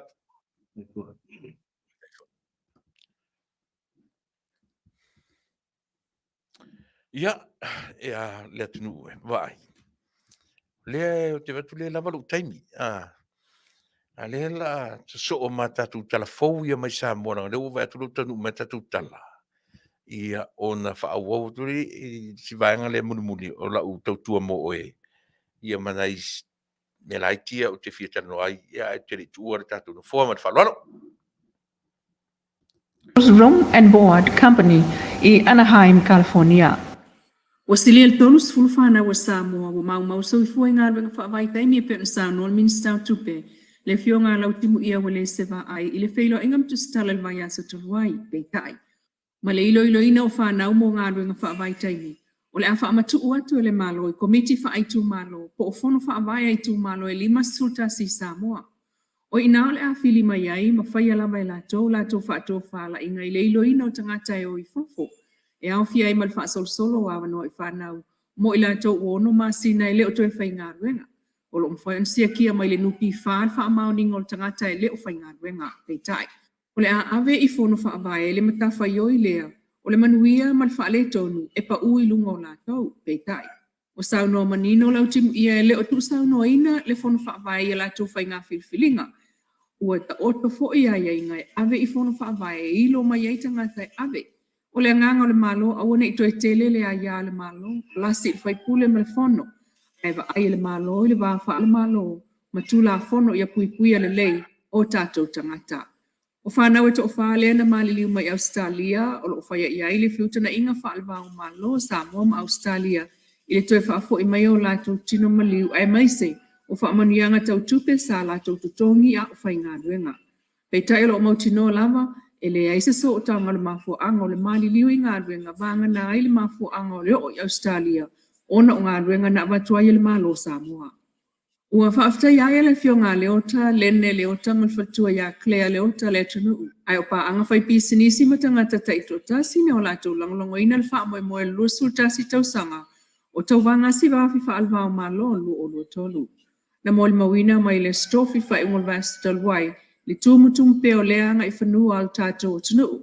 Wha anga o le si wafi po le aila wafi, ma wha au laula atili ai pia e ala i tau wanga wha awau.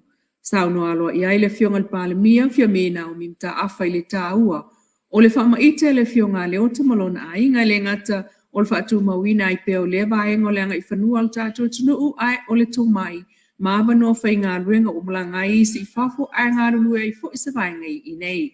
Sa le i whai ngō fia fo i le mawa i le siva fio wha manuianga ma le no fuanga o la tau si i mai ne i ai le malayo tulisi el fau. Mai wha masinonga i tau sanga i fia ua tuanai. I le whinaunga ma le malo ua tuanai peitai ua tua i umai lava i tua maoto le malo. Sa urua i manao i ai leota. Ma ave ai nei le malayo tulisi el fau ma tau nuunga o mai mua ngā tulisi i lo tātou wa Taunuu. Ele o umai le nganga Faafetai le fionga leota le fionga le pala mia ma le malo o iei nei. I le whaamanuianga mo tangata umai ala i lo nā wanoa ua mau ele nu o tulisi e whaatu ai o se no whanga tu mau mo le bisinisi. Na abel whaatawa le fionga mulpola Analyst ale molio o le minsta o tinam tamai tai manga fsotai. I le tatala alo i ai o le whonutanga al komiti o malo au whaatasi mo le whenga inga o aia tatawa tamaiti. Ma whanau i so i fua mau mau o whanau o mali liu. I le whitaua inga o whaia i Isla Elum Palestina. Ai o whanau o whaawa o peona sawa ina. Le son nafi November luas fulu sa whaamanatua ai le aso mo tamaiti umolalangi. Mai o se avanoa le leile nei whaalau tele ai le malamlama anga o tangata uma ia tatawa tamaiti e peona sau no i whingal minsta. O le Fasa 10% o le whaitau a whai tangata Samoa tamaiti. Saini e Samoa le whenga ingoa ia tau tamaiti mwhanau le awhiwa se lau i wha. Talu maile nā taimi o lo tau mwhai pele malo ina ia mau e tamaiti uma. Ni o langa Manuia, ma malu puipuia, mai sa wanga matulanga o le ola le tango lima e pe o na iai e tātou whainga whaamae pe o na ia sao noa. Anu fo el minsta wa iai suinga tāua e pe on whaamalo sia le o ia onga o tamaiti uma whaapea ma lea onga fua ia onga umana malo. Le whaatupla ia fo ili numero o tamaiti e iai a afianga tū mau leo langa wo whale ia onga. O whaamalo sia fo i le tele o nuu mafio a ngā tūla fono e ono fo ia i sa wanga. O le songa fuol vai asa fo leo le amataia o onga le whatinoina por kalame whaasoi fua malo noina. Asa lua fitu le asa lua valu. O Novema e whaatino ai por kalame siti ai soi fua malo noina mwhaiti ti ai a whianga i ngasi tū mau. O le soi fua ngā whanau Manuia o tina amata maitai. Ai o le una ia o le langolangoa nuu mafio a ngai ala i tuipuipuia. Alo ma whanau. Pe ona whaatula ngai le por kalame. Mo le tū malo ngā ngai whamonga numera lua. Le fio anga manase sa fotu paia sa maungal whangoa li imata vai faltanga loa katuvalu. Whangae e sa sina le tui ma opo. O le awha peona tau au ina iai. Peso soani e langolango i tamu whainga whaamalo stino a nuu. Ma fio anga ai o whawhifianga au tolovou e ka le sia me tisi. Le whaia I whaleolo I safune. O le tatala alo i ai o ngai whaelo aisini au tū. Ma le whanga solongo al porkalame I to tonu nuu mafi o anga. Tala mai Amerika Samoa wi ina ile otalia le maotol senate le pili mai le official kovana. Fa tau le tolu 1 miliona tupe Amerika fa opopo I tupe fa soa peitai. Il fam tala fa lawa itele mai le kovana ma le lutena kovana le Manu PS maunga. Ma tala wenga EV ale. O le afa awa upeo na ngā lue fa atasi ma le fono fa amalie mana ongo Amerika Samoa. I le fam talanga fa lawa itele ma le official kovana I le so ta wai. Le whanua noa il taunu unga o le palo tal maotol senate. Peita ia mana ia pea le pulenga o le malo, o pulenga o nisi o senatoa. Mai o le alo ia ai o whai unga whai. O se tasi fo I leo vaenga o whai ngā malo wha atim kalasi. Mai tele lava fo I tu e mawhai iai le malo. O na toe wha le leia na tu la fono wha atu mai. Sau noa ko vana o le wha vai al whai ngā malo o le ngā lue wha atasi ma fiso tai. Ma le au mo se le leia tili o tangata uma. Mai whaataua fo il official kovana fina ngalo wha alio nisu senatoa a wa o fola sanga nai whauwhauanga I ai se whai ngā malo sili atu. Ai o lo tu mau pele ngā o le ngā lulue whaatasi o le malo ma mauta whai tu la whono. Ina ia mwhaion whaatalanoa la tu watungalunga o iai le pili o tupe whaapapopo. Ai o lo talia fo il kovana se tala mai le maoto whai pule po o sui ma le wha moe e maua mai e se isi tu tāua I fina ngalo wha alia mo leisi la asanga. Ai o la whai ele malo se ngā oinga e whaata o toile tupe whaasosoa I mana o ngā mawaenga I ave iai le wha mua mō tangata o le Taunuu. Mai le ave se ai le wha mua al malo o le soifua Manuia o tangata o Amerika Samoa. Ai o le whaatalanoanga masoa lau pule e pei o anga maasani ai.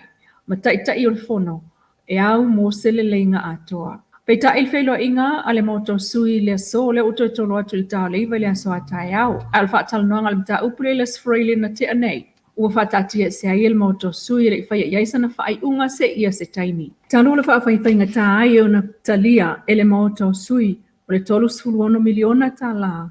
Talu atupe ia wa maea o na whaonga.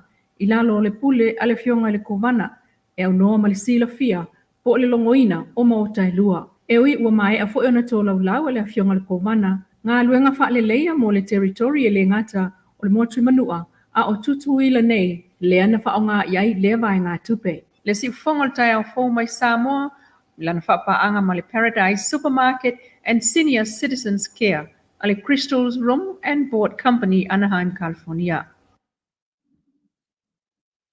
Ia, le nā Samoa tō whaafonga iai. Ma tango fie tatu telefou mai Samoa na lua. Au mai whaatasi lava o Tuilaepa Manua. Ia, ma le tatu malo tutu atasi. Lea ua whaelo mai. Ia, ana tala. Io e mea lo tutupu, sa tutupu mai, o le a tutupu pea. I to tonu lava o lau ele Samoa. So le... E tari tutusa, pai ngā malo Tuilaepa Manua, ia, ma tātou fo I malo tutu tasi. Pi o whawhitau ia ia o le mea tau seleni, o le wha maoni, o mea uma la whapena. Au tatonu, e ia le vai fo o mea uma. E ia le fo o mea uma.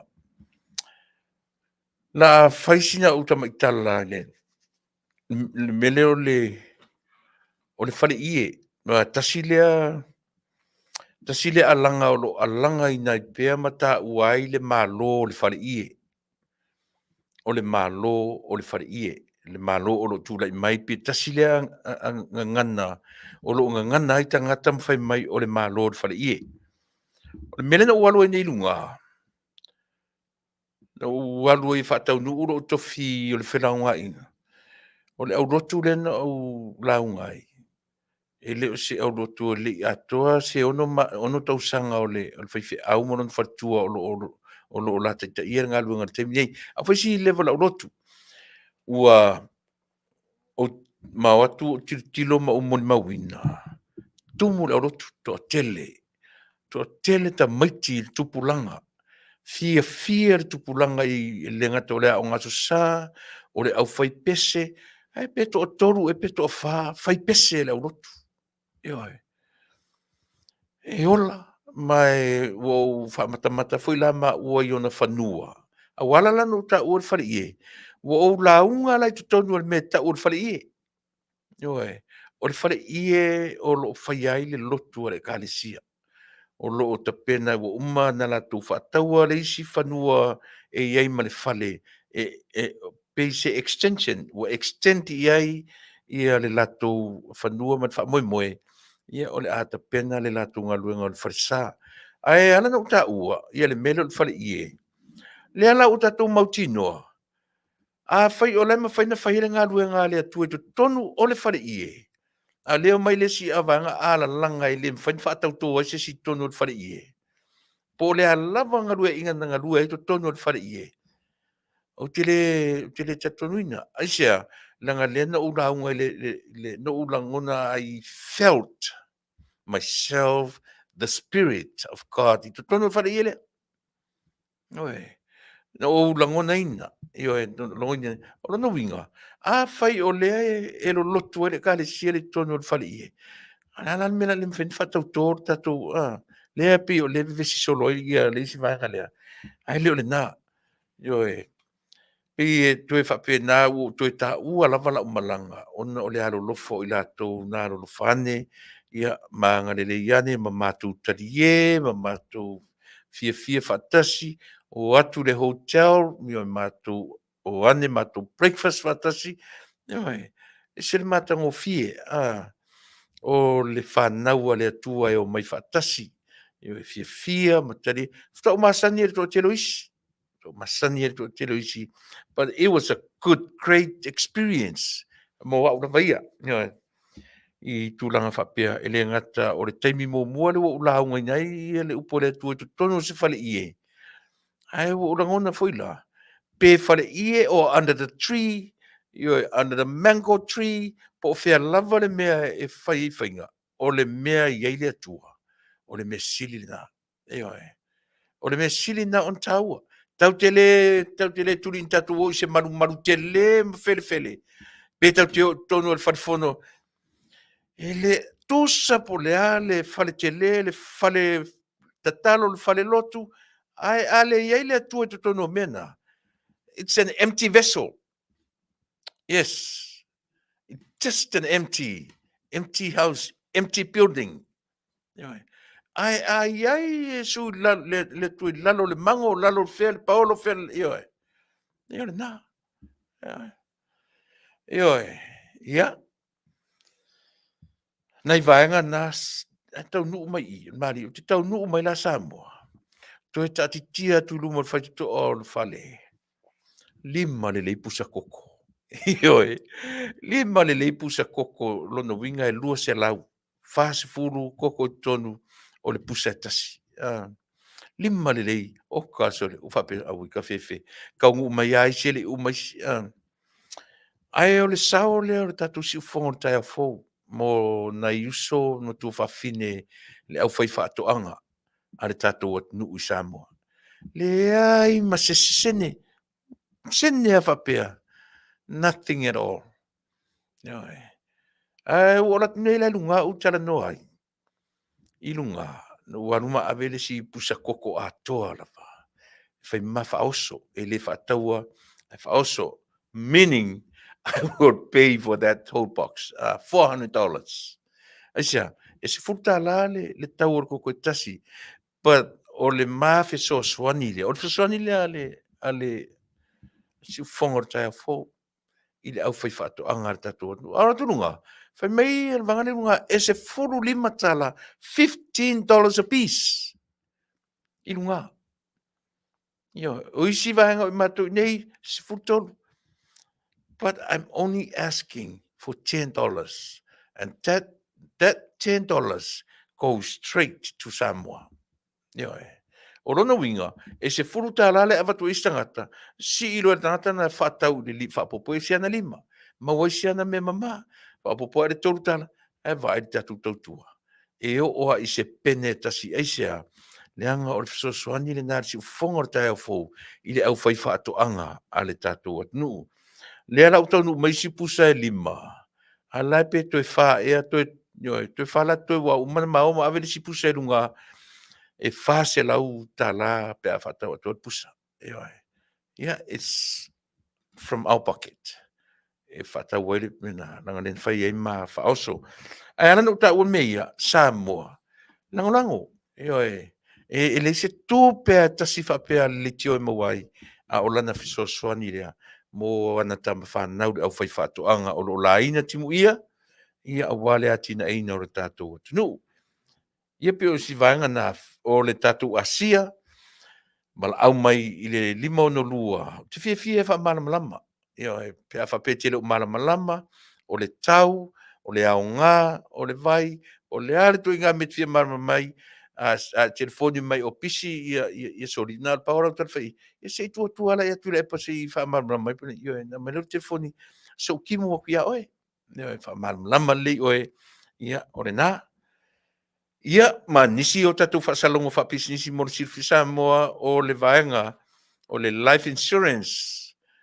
E sele matango fio le mele masanya no tim no tatano te o le tutu saso. O mai aso tele tu whalango ai inisangata. E ta pena la vai oe taimi e te alu e se tu mani. Lalu ngalo tala ta pena oe. E awore ta whao, mamai feoti, ai wha mo extended family, whaleoti o tatou. Ia o mai o tatou whanau, o mai i o tatou ainga poto. E wha pea turo to urua. Ia, o le oi i le tupe whai ei, whatino le maliu. Ai le o le tuinga na laulangi le ua ye. Life insurance, vanga ta ua le Fasa FFS, First Financial Security. O lana main product o ta ua le IUL po le Index Universal Life. Iai te tonu ia le vanga o ta ua o le living benefits, ia ma le cash value. O vanga na o tino i tupe na, e te whaongaina. Iai, there's a certain time e matua ai lau policy em whawhalana e whaongaina e au noa masouto e totongia. That's the uniqueness. That's the uniqueness of this program. O le product toila lea, so far, what I know, e leo mawhai o na maua i sisi vaenga o le lalolangi. Ia le product lea, pe uma lua maua te mnei. Ia e o fo ina maua tatu i maitu, ngā maitu maua tino. Suka masima, o le alavarito i ngā mai ka nesa, e mawhai o na, a whai atu fo ila lau plat teste le pasia oe. E kori whai malava tātou i lalo le vaenga le taua o le final expenses, por final expense. Mala wane ia le oi o ratami o Samoa. Awala te toi vala au telefonia ratami. E vala au telefonia fatua. Fatua o siri fatilua. O lan telefoni 5 o tolu. Tolu rua valu. Faono faiva. O telefoni na mai tai il fatua. Au te telefoni fai mai ua full le fo le voicemail ai le talia. So vala au sa o ala ia siri fatilua 5 o tolu. Tolu lua valu, faono, faiva. Siliatu na e mamlama, ia pia e vala au ia siri nei lolo fa mamlamina ia ti. Oi, ole vai o ta ua le Paradise Supermarket and Store. Maua so si oloa, te mine rua pisi whaloloa, o pusa moa, pusa pipi, o pusa o tangatalo, o pusa whai tanga whai, o so se mea ai tu apa, maua te mine ro pisi ona o le Thanksgiving.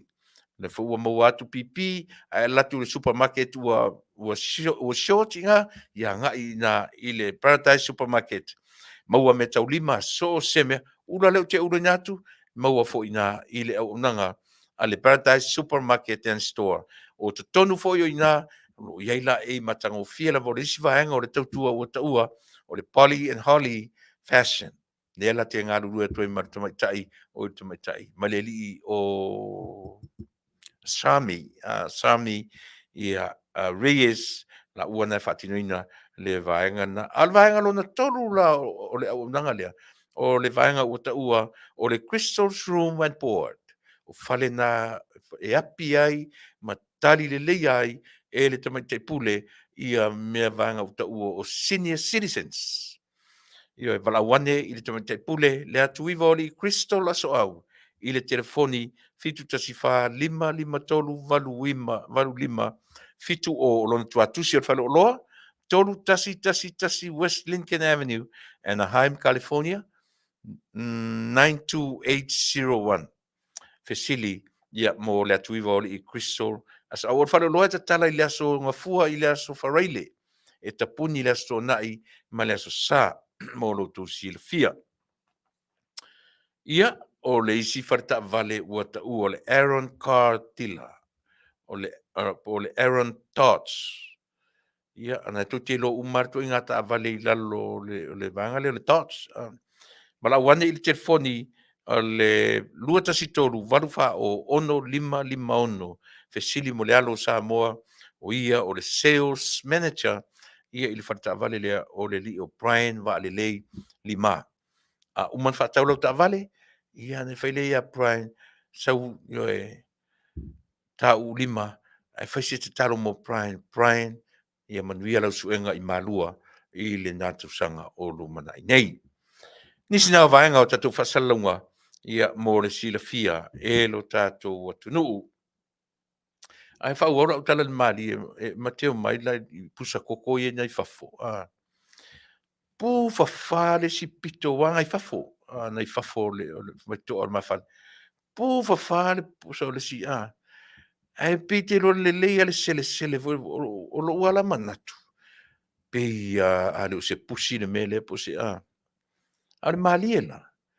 Ave koko o le telo koko na o lo matua ai se mea le ai ma se pen koko e pa wa ana ai la se isumu pe ai se pusi po la se mea o lono winga o le pusi vai lua ioe na attacking ale si pusa koko le ale mea le ai fai fa pai solo le fa fo o meu ai no lo ele se isumu palangi pe se isumu uliuli o le isumu Samoa aua foi ele ingu koko se ele ingu koko se palangi o apa pesale po se sin sau i lo fale se fe au po le se si mea aua foi na ele ni sa mo tala tatu na i me ele fale ai ui olea pau na o le fa mana tuatu io la mina le si ato pusa koko terma o ave va pe i le manaya ia ore na ia vai le fulala to tongi le tatu ritiona nga koko lima ono ia no ia ono sfutala ia anyways se o me tatu te tali ai ia le pe o le o si vaenga na e taula i e la tua mo e sa mo e le nei aso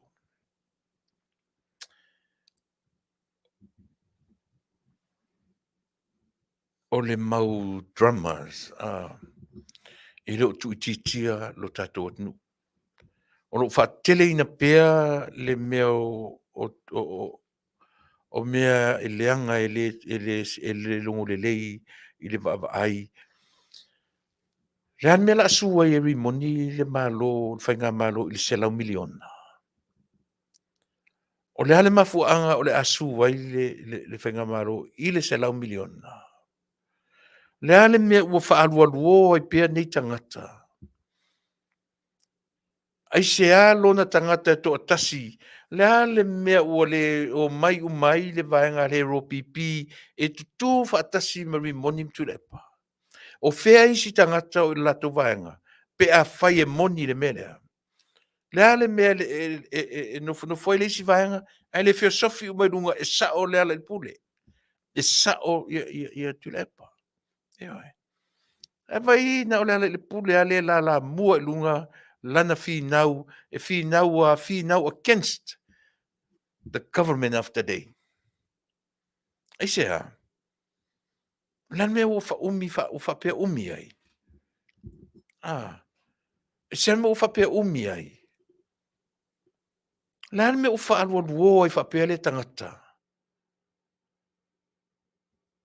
Atu fai tu le mea oso ile mea atu le mea oso ile mea le ala uta utino ia le komisino leo e le ai, e le I whaia o ia, e lango I to rua lea, mai na te le I maua se la fiso ta inga, vava la lata, ma le whale tua o le na la tau tua ia. Le nisi tua ia, oina tua ia, limoni, Tuilaepa. Le, po le ale pepelo ia, le o ta oto video, I sau sa o ai fofonga.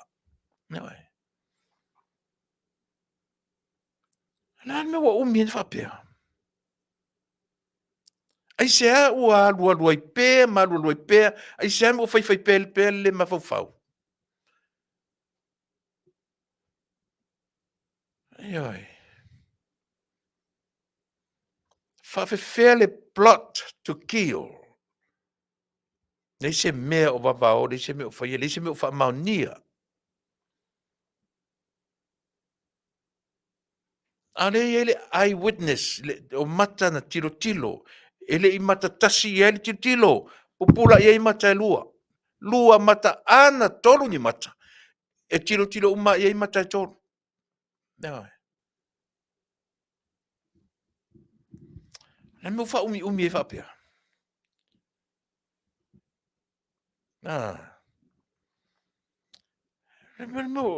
Pe o fesili tele ana. Mana tua foi. Pele koe ku mai paloka, pele koe filfilia mai ele tu malo, ele isi lima tausanga. A ua ila le whaalongo le atunu. Ua ila le whaalongo, ua ila tangata o le atu, ate mana tua foi. A ho ina fetu o le atunu o tangata I le oi, ma le oi o le atunu. Ione na. Ele mwhainta tua ia le mea o le tangata wa veoti o no le ha. Na le pau le tala le tuspa ia o lo whamatala mai. I lana urua I whasioti tangata o le tuspa ia. O ai. Se ku mai lunga ipo ele urua I whasioti tangata o le tuspa ia. Na whaasa ele atua ne I pai eise limo sisi. Eoi. Na whaasa ele atua na pai eise limo. Ile. The very first murderer. Ale tuspa ia. Fatanga ele atua roam around. Whealua I pule oe whaaseva lua ina lo langa I laulangi. Whaapipi e mare whailonga le mauru sa sisi. Ne I tango le tamalea. Ele oti. Ele vave oti. Halu whealua. E te le tala tuspa ia. E tau te le mawala I tono tuspa ia le atuanga o tala. Mea lana ia ngai mo meoa. O hata utangatana. Historians. E ngata le tala tuspa ia kaino ma apelu ma le mea na whaaseva loin le alua a kaino. But the historians, especially historians manu o le tua, the Jews, o ila tona, e manino le leiai, o ai le to'urua kaino, o tau te fiu whamtala tuspa ia.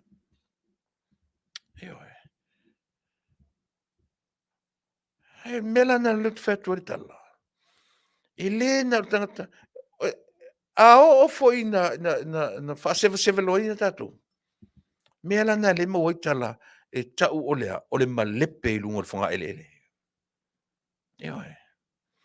Mo le tangata whaalualuo. Mea le tangata ti ngā lava na whaalonga o tue pipelo, ai whai lava.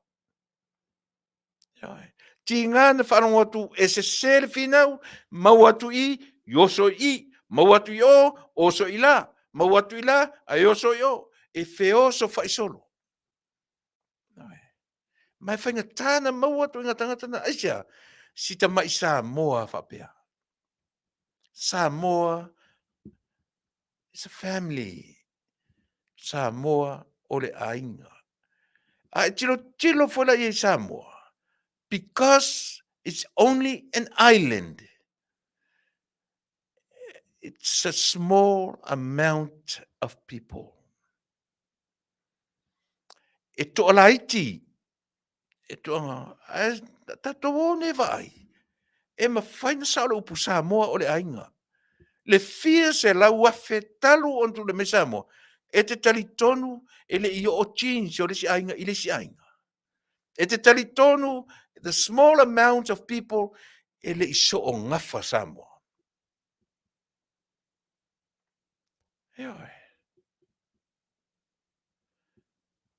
Who knows better ainga manutorua? In the long run, backwards. Ala fuanga fulana mo corruption. Corrupt. Yeah. Langa fo ngang kawa ko fa Michelle vai so kinga le. Vai lang or kamar ko ngar le ko ngangi ko finger kala ya ole mamao way distance the relationship. But what? E tulia si mesia. Alufangi si okay, alufangi le anko le ko finger le anti le yo. Fa ko akau ko kikia se lawa fe maila i tua Afrika uai. Ai koso le melia. Mena le no taton mo e corrupta. Not only in Samoa, Tonga, Fiji, why? Because they are only islands. Hey, like titi the community, like titi tangata. E to alaiti tangata. Trust me. A fai wa fe tau sanga talu ona tu le me Samoa. O aila na fai atu ya tatu ele so o ngafa Samoa, tan Samoa. O ai na ftau desi lima se lau tau sanga fa pia lo anko le mele tupu mai le tu. E oi. E tala tu mai I meo kone tineta te tele. Aisia, the millions and millions of people. But still, e ia tanga te fiso o tai toto tino ma ano o toi fai whanau. Ioi. Langa tatu te olo I le amatanga o mea uma. E whaamala malama I tato I mea ia. Ia. Atonu e fina watu Amerika ia. E le ai. E mwheng sa Amerika. Aisia. O ka ese Amerika. E fia se lau milionga kanaka. O ka ese sainga. Fia population. O ka ese Australia. E whapenga fo. Ai vai angi a Samoa. Only 200,000. The population. La whawhelanga le kupo ni melea. La whawhelanga le kupo ni melea.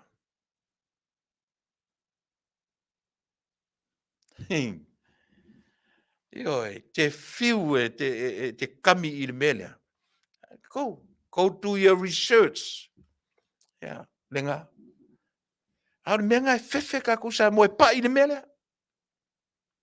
Yeah. Ea fu ai lai.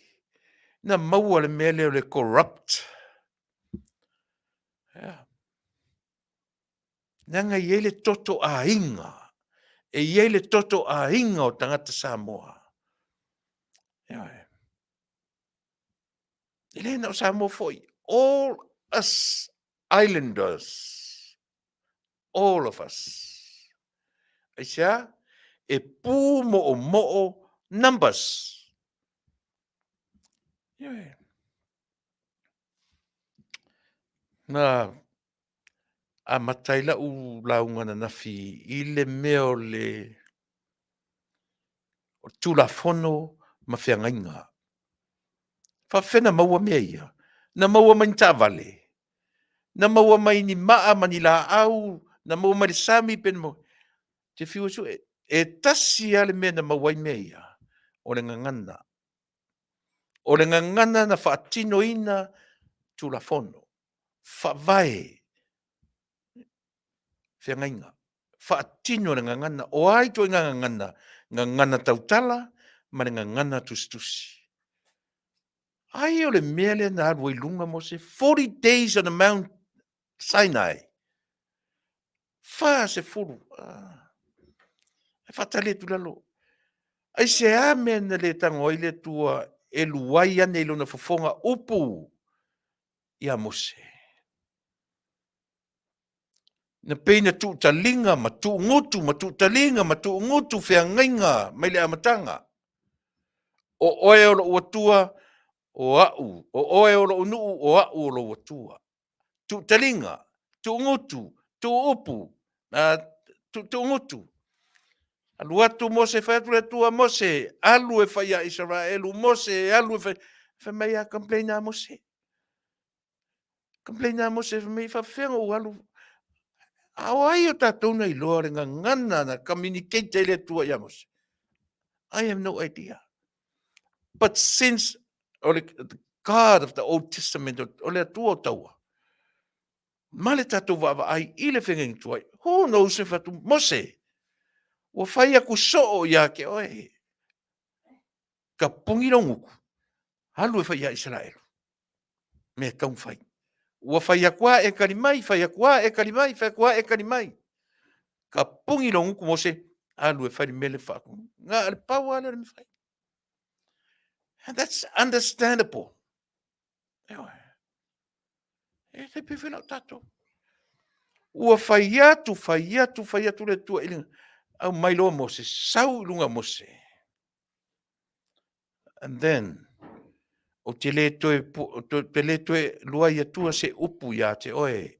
O te le toe vatua se upu tau tala, se ngana tau tala, but God himself wrote with his hand the 10 Commandments.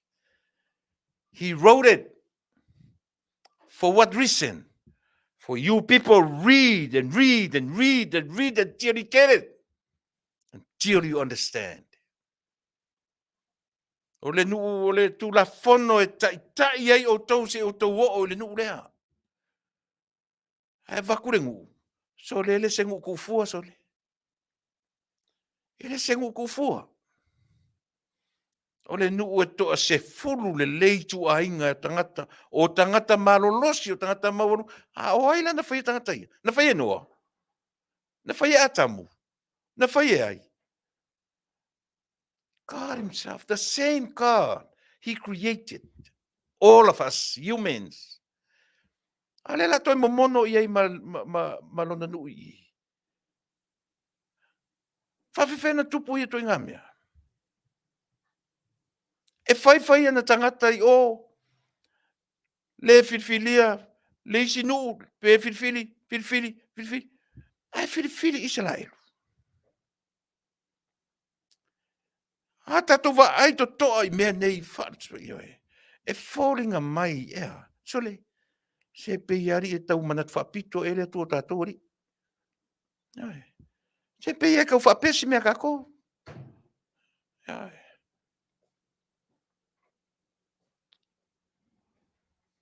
Hau leare whalea onga. Leare whalea onga le au mai. Leare whalea onga. Hau e whafonga mai. Nau whiauna na ave. E ke le pule. O te le pule. Ai a whai foi ke pule. E te pule ni mea iti. A whai foi o te pule. O te tai lo ainga. God's dominion. God's dominion. E pule au le tua. Alwhera onga lea. E pule le tua ilana tangata e manatu e whirwhili e whai mona. E pule le tua I le me tuu iai le tangata e nofo ai. Pe fia, tatu te le loa, po a foi mea ia tangata. Ioe, no nofo I tangata to se fulu. Ioe, I tu ainga olo no nofo I. Tu no le fifi fo nau le turato. Avese, tafiese, kafiese makanana. O atu ro nu e whai mo lato. Manuia. O nei mata upu I. Tatu te wa I to toa iai. Noe, tatu ro Samoa. O drummers o lo tula I mai le tatu atu. Tatu te wa ai lo iai le lau te lenga lea. Tatu lolo la ia lea. E le o le atua e ana. Ua whai le loto o le tangata. Ua maua lunga e le mawhau o le tangata. Whapena uma le nu o le atua ma isa le atua malona nu. Mea na e leina whai mai o le whai awa, ma le whatoa whai awa, io e ma le whawhine. O le whatoa whaiawa, ma le whawhine, o ai refer i terms ia. O ai le whatoa whaiawa. O ai le whawhine noftane. O ai le whawhine taritane. O mea ngai, le whaila tātou ti tiloa, e fō linga whapena. O le mea leo te tala no tua i Samoa. Tau te olo i tua i mea ia. Tātou te whaailo le history o Samoa for that long. Tātou loilola ia lea. E le I mawhain tātou Sava Valley mai, the small amount of people, e keep le distance lea, le plat, le mixture lea o tangata, e oa I le nuu o lea tua le mena whae tete I ai le meo lea. Lea le me tau. O le purity, mama, e le filongia le toto, wane. To onu tomi Samoa le no nofo I teine. Iutaia. Eoe. To ono to chamo wa filongia le toto fa fela le filongia le toto sa tu Samoa o leva fie se lo to sanga o South Samoa fie se lo to sanga o ina le mea fua le corrupt o te tari tonu foi loia o famasino o tai e o I kalesia e o I meni e kalesia tu lou de ngana Oi, tai o ekalesia, tai o malo, o tai o nuu mafioanga I tu malo ainga. E mawhai ona e tilo I ele bullet fatway. Corrupt.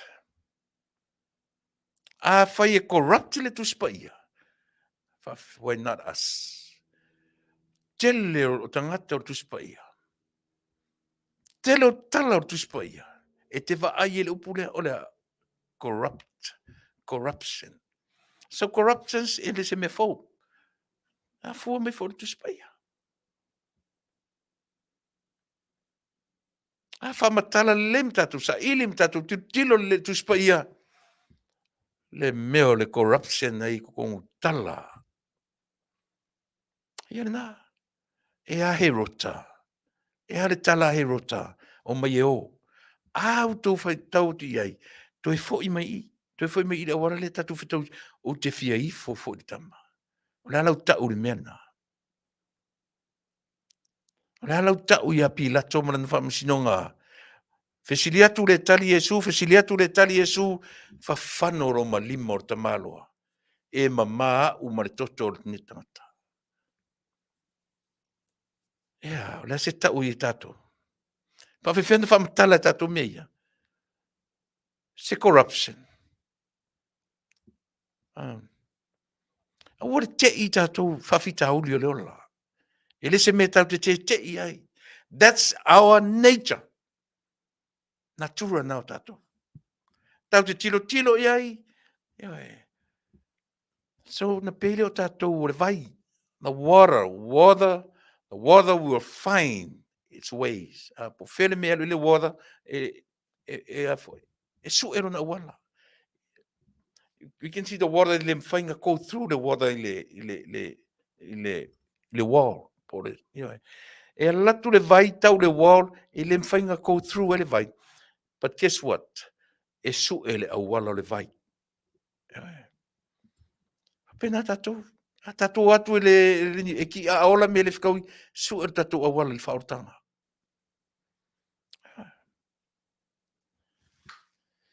Ia, ole nā.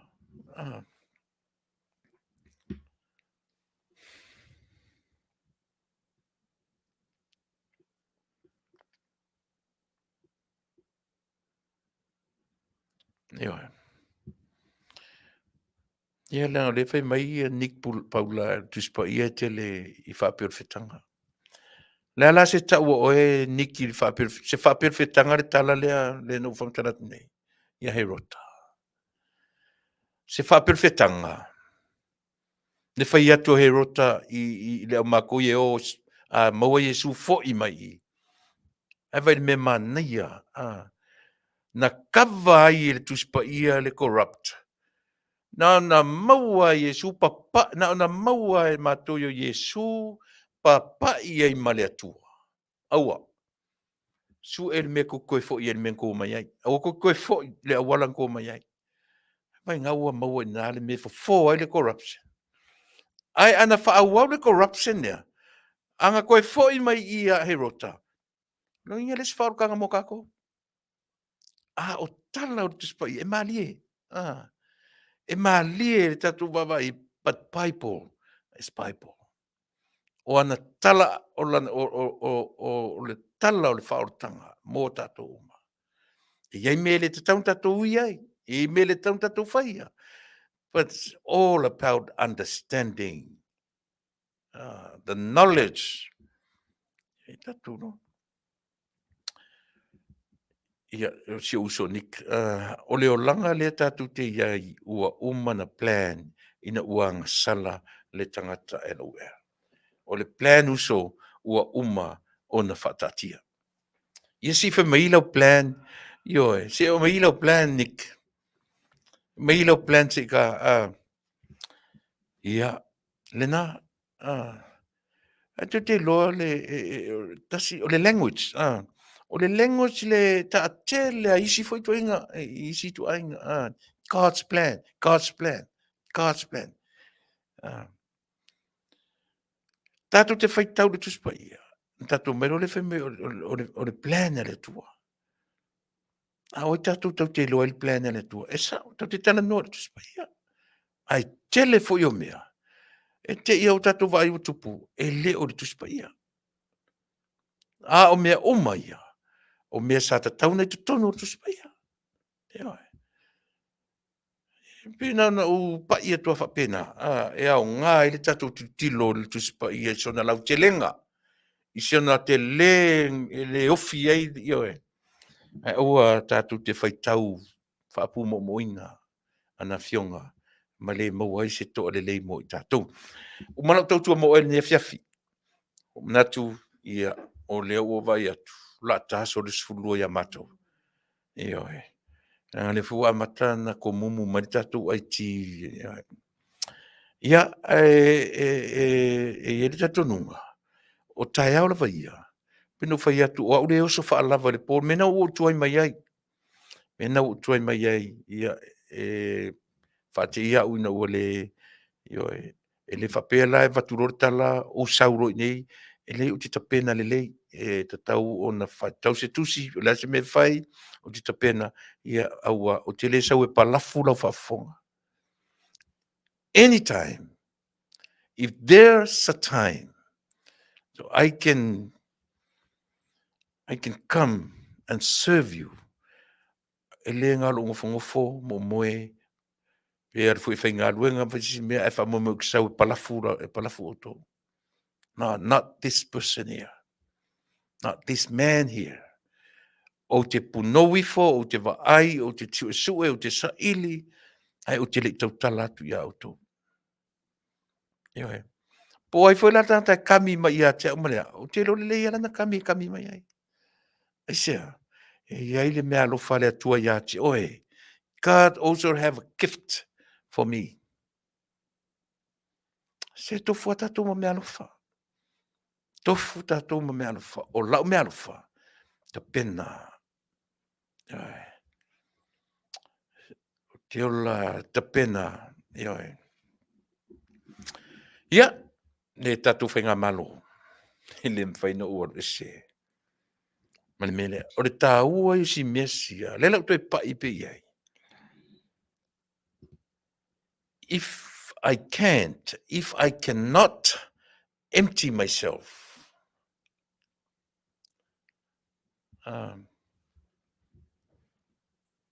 ele mawhai fo I la ele atua na whaatumua. I say, because I already full. I already full. Wa tumua, full of what? Full of myself. My own desires, my own knowledge, my own But if I can empty myself and let God fulfill my emptiness with His fullness, tau na le leini me fai. E whapena furi tato malo. Aua ni whalango le tatu whainga malo I sona I loam son poto. Aua ni whalango palemia pe le palemia pe sui palemia pe minsta. Aua ni imita se tangata I sona I loa.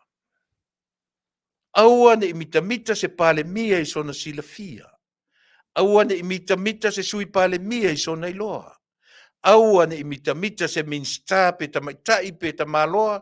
Aua e sa I tu la fono fale tua. Aua ni imita I lo loa. Empty yourself, then God's fullness will fulfill that emptiness. Yes. Yes. Mea lana I leangai mea. Leanga sa o I mea pe a whaia e te musu e whaangau ngau ina oe. To te feita I au tala I e whai atu. Mwhaifoi le fia il parimia. Mwhaina le fia il kapeneta. E mwhaina le fia il fast. But I'm telling you, if you cannot empty yourself, even God Himself can't fulfill you. Cannot fill you with His fullness. Wa tu mo le tu la tu mo mo tu na tu mo so sa tato. Yo na. Ala challenge le mo tato fenga malo. Yo. Fto ata to loa o le anga mea. Ina o fai atu pea, ma fai atu pea na matu fautuanga. Ai maloti a pea ma fau tato. Mai o tele fefe stangata. O tele popole fo I pe ita mai, po ai ita mai. Pe ita mai le palemia, pe ita mai le kapeneta. O tele fo isi minsta. A e sole. Famaoni. Mena e au ai le tatou. Po o a plans. Anybody. Anyone. We can all, we all have plans. But the thing is, how can we execute our plans? Ele mawhai longa ko executinga tatou plans. E o whare malo. Nga ka ki kia mea plans, but if they don't know how to execute the plans, lale si me whai. Mea ngai maua ina ua whaalango tangata I lona poto, lona iloa malona malosi. Whaalango I le atua, whaatumu I le atua lau tautu, un tau lola I lea.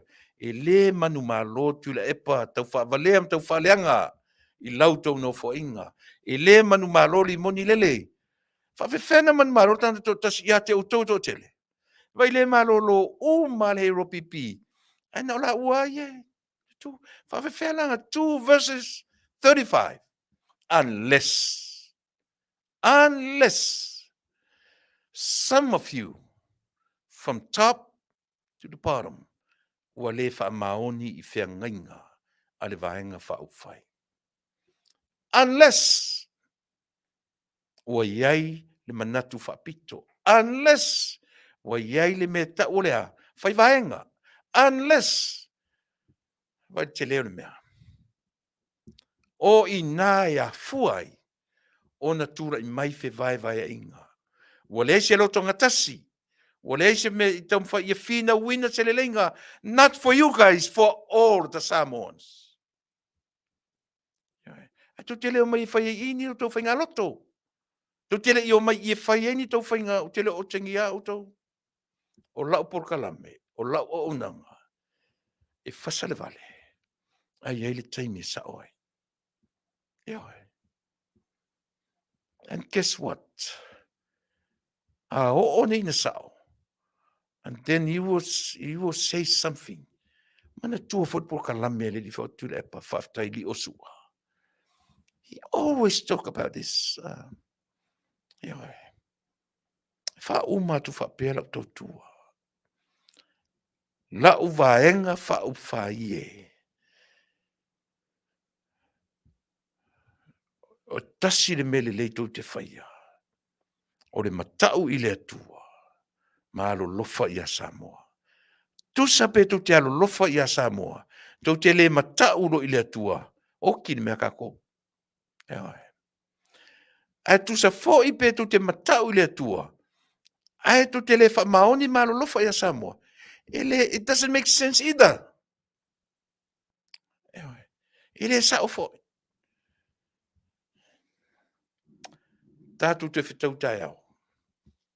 Manuia te lau whionga tam sei palmia, tui palmia mar kāpeneta. Lau whionga whong whitalai mar sui whong whitalai. Sui minsta uma. Lau whionga te tei whono. Whia maua se tā por kalame I pōsa. Pea ai whawhonga mai.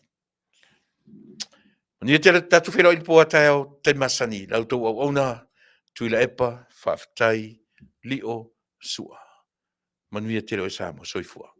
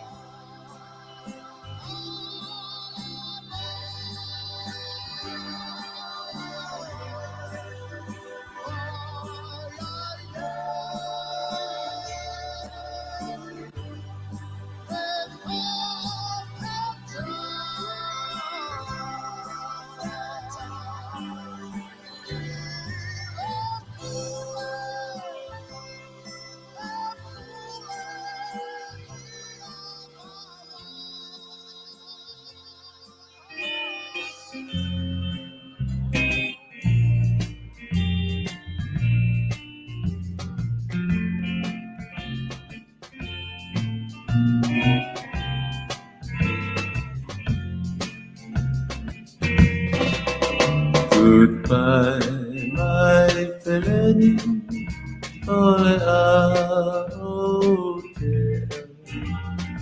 Ola ole vasa, leli polei beleki. Ei halo mai Samoa, sia ele. And mana tua vai pea le au kase. Oh, I never will forget you. Samoa ni haloatu. Oh, I never will forget you. Samoa ni haloatu. Say Faatalanoaga, my Samoa. Say Fayatu, ola fatus. They all Susana, so at Faafetai, oi Samoa. Oh, I never will forget you. Samoa ni haloatu. Oh, I never will forget you.